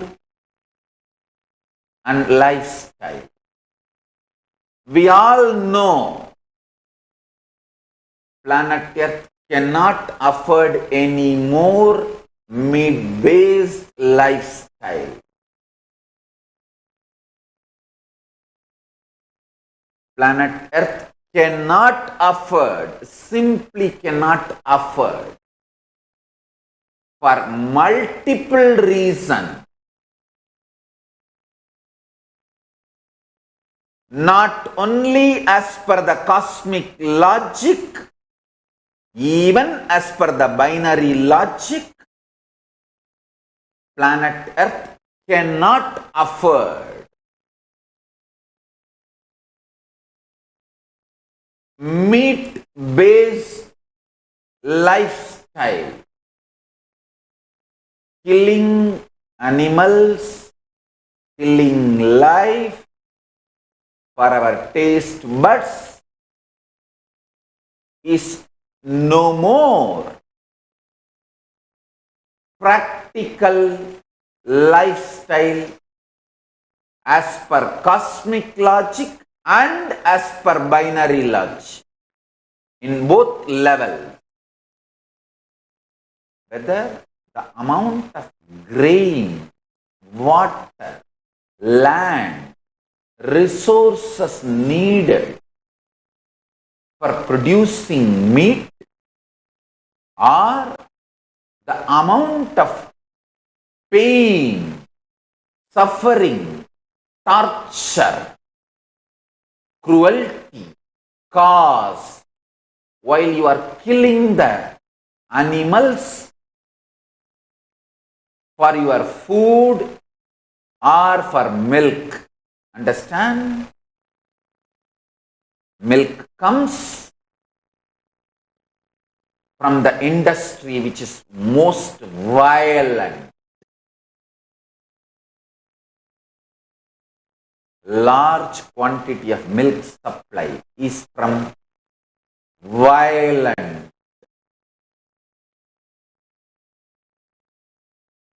dairy farms. It's very little, almost negligible quantity only comes from non-violent goshala.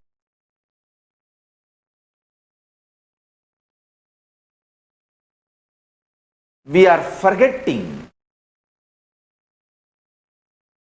the pain, karma,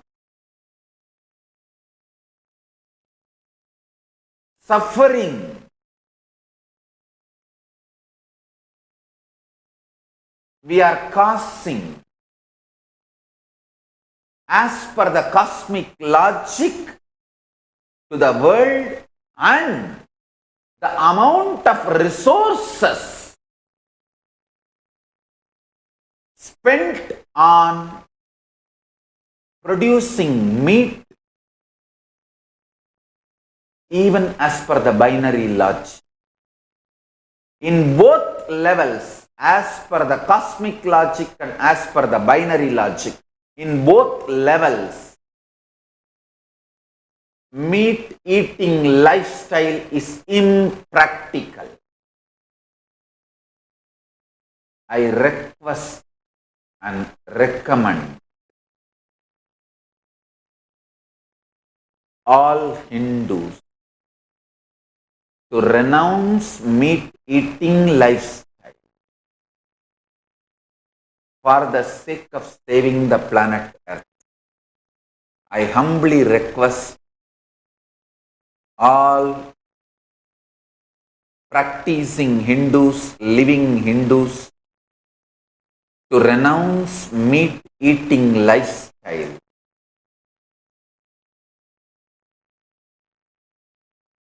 to save planet Earth. Let us not be possessive. Let us not try to make this planet Earth exclusively for human beings. Let's stop this delusional greed. The greed of the human beings has reached to the level of delusion. We are in a delusion of thinking we can make the planet Earth exclusively for human beings, which is not possible. Please understand. Oh humanity, please wake up.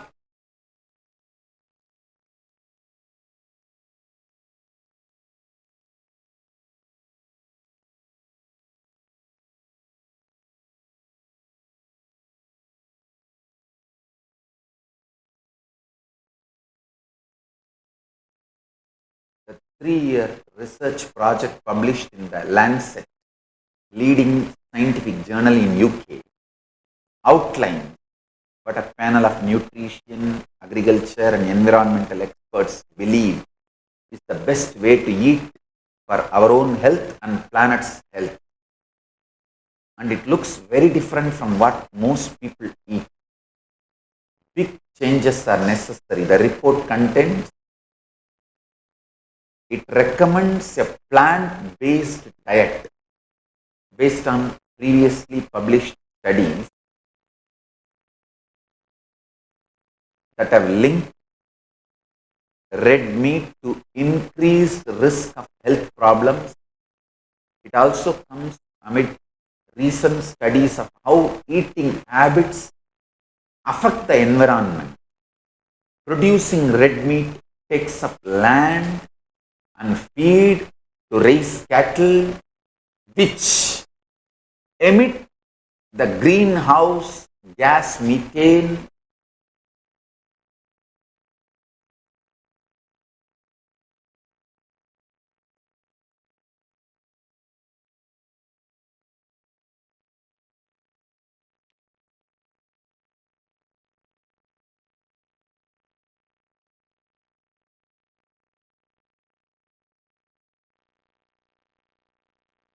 I want to reveal these two important secrets of the cosmic logic for all of us to internalize, contemplate, do manana. One, karma, cosmic logic, and second is ahimsa,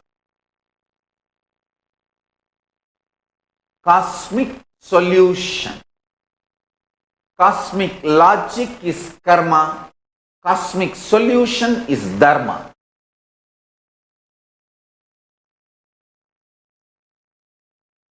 The karma you need to understand, and the dharma you need to understand. Ahimsa,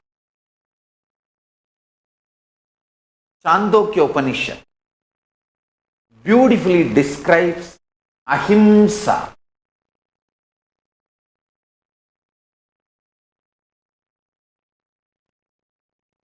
Sansarva bhutanyatra, sansarva bhutanyanyatra tirtebhya sa kalvevam vartayanyavatayusham brahmalokamapi sampatyate nacha punaravartate nacha punaravartate. This is Chandogya Upanishad, 8th Kanda, 15th Kanda, first mantra. Understand? I'll give the translation. Never causing pain to any living beings except in places specially ordained. One who behaves thus throughout life reaches the abode of Brahman, does not return, does not return. Means, if you desire a non-violent lifestyle, you reach the highest existence and you never need to fall into the lower existence.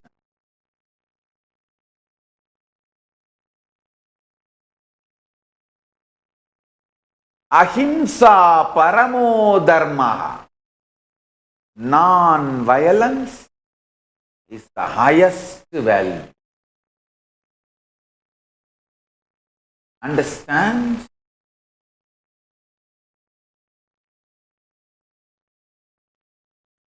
Cosmic logic is karma, cosmic solution is dharma.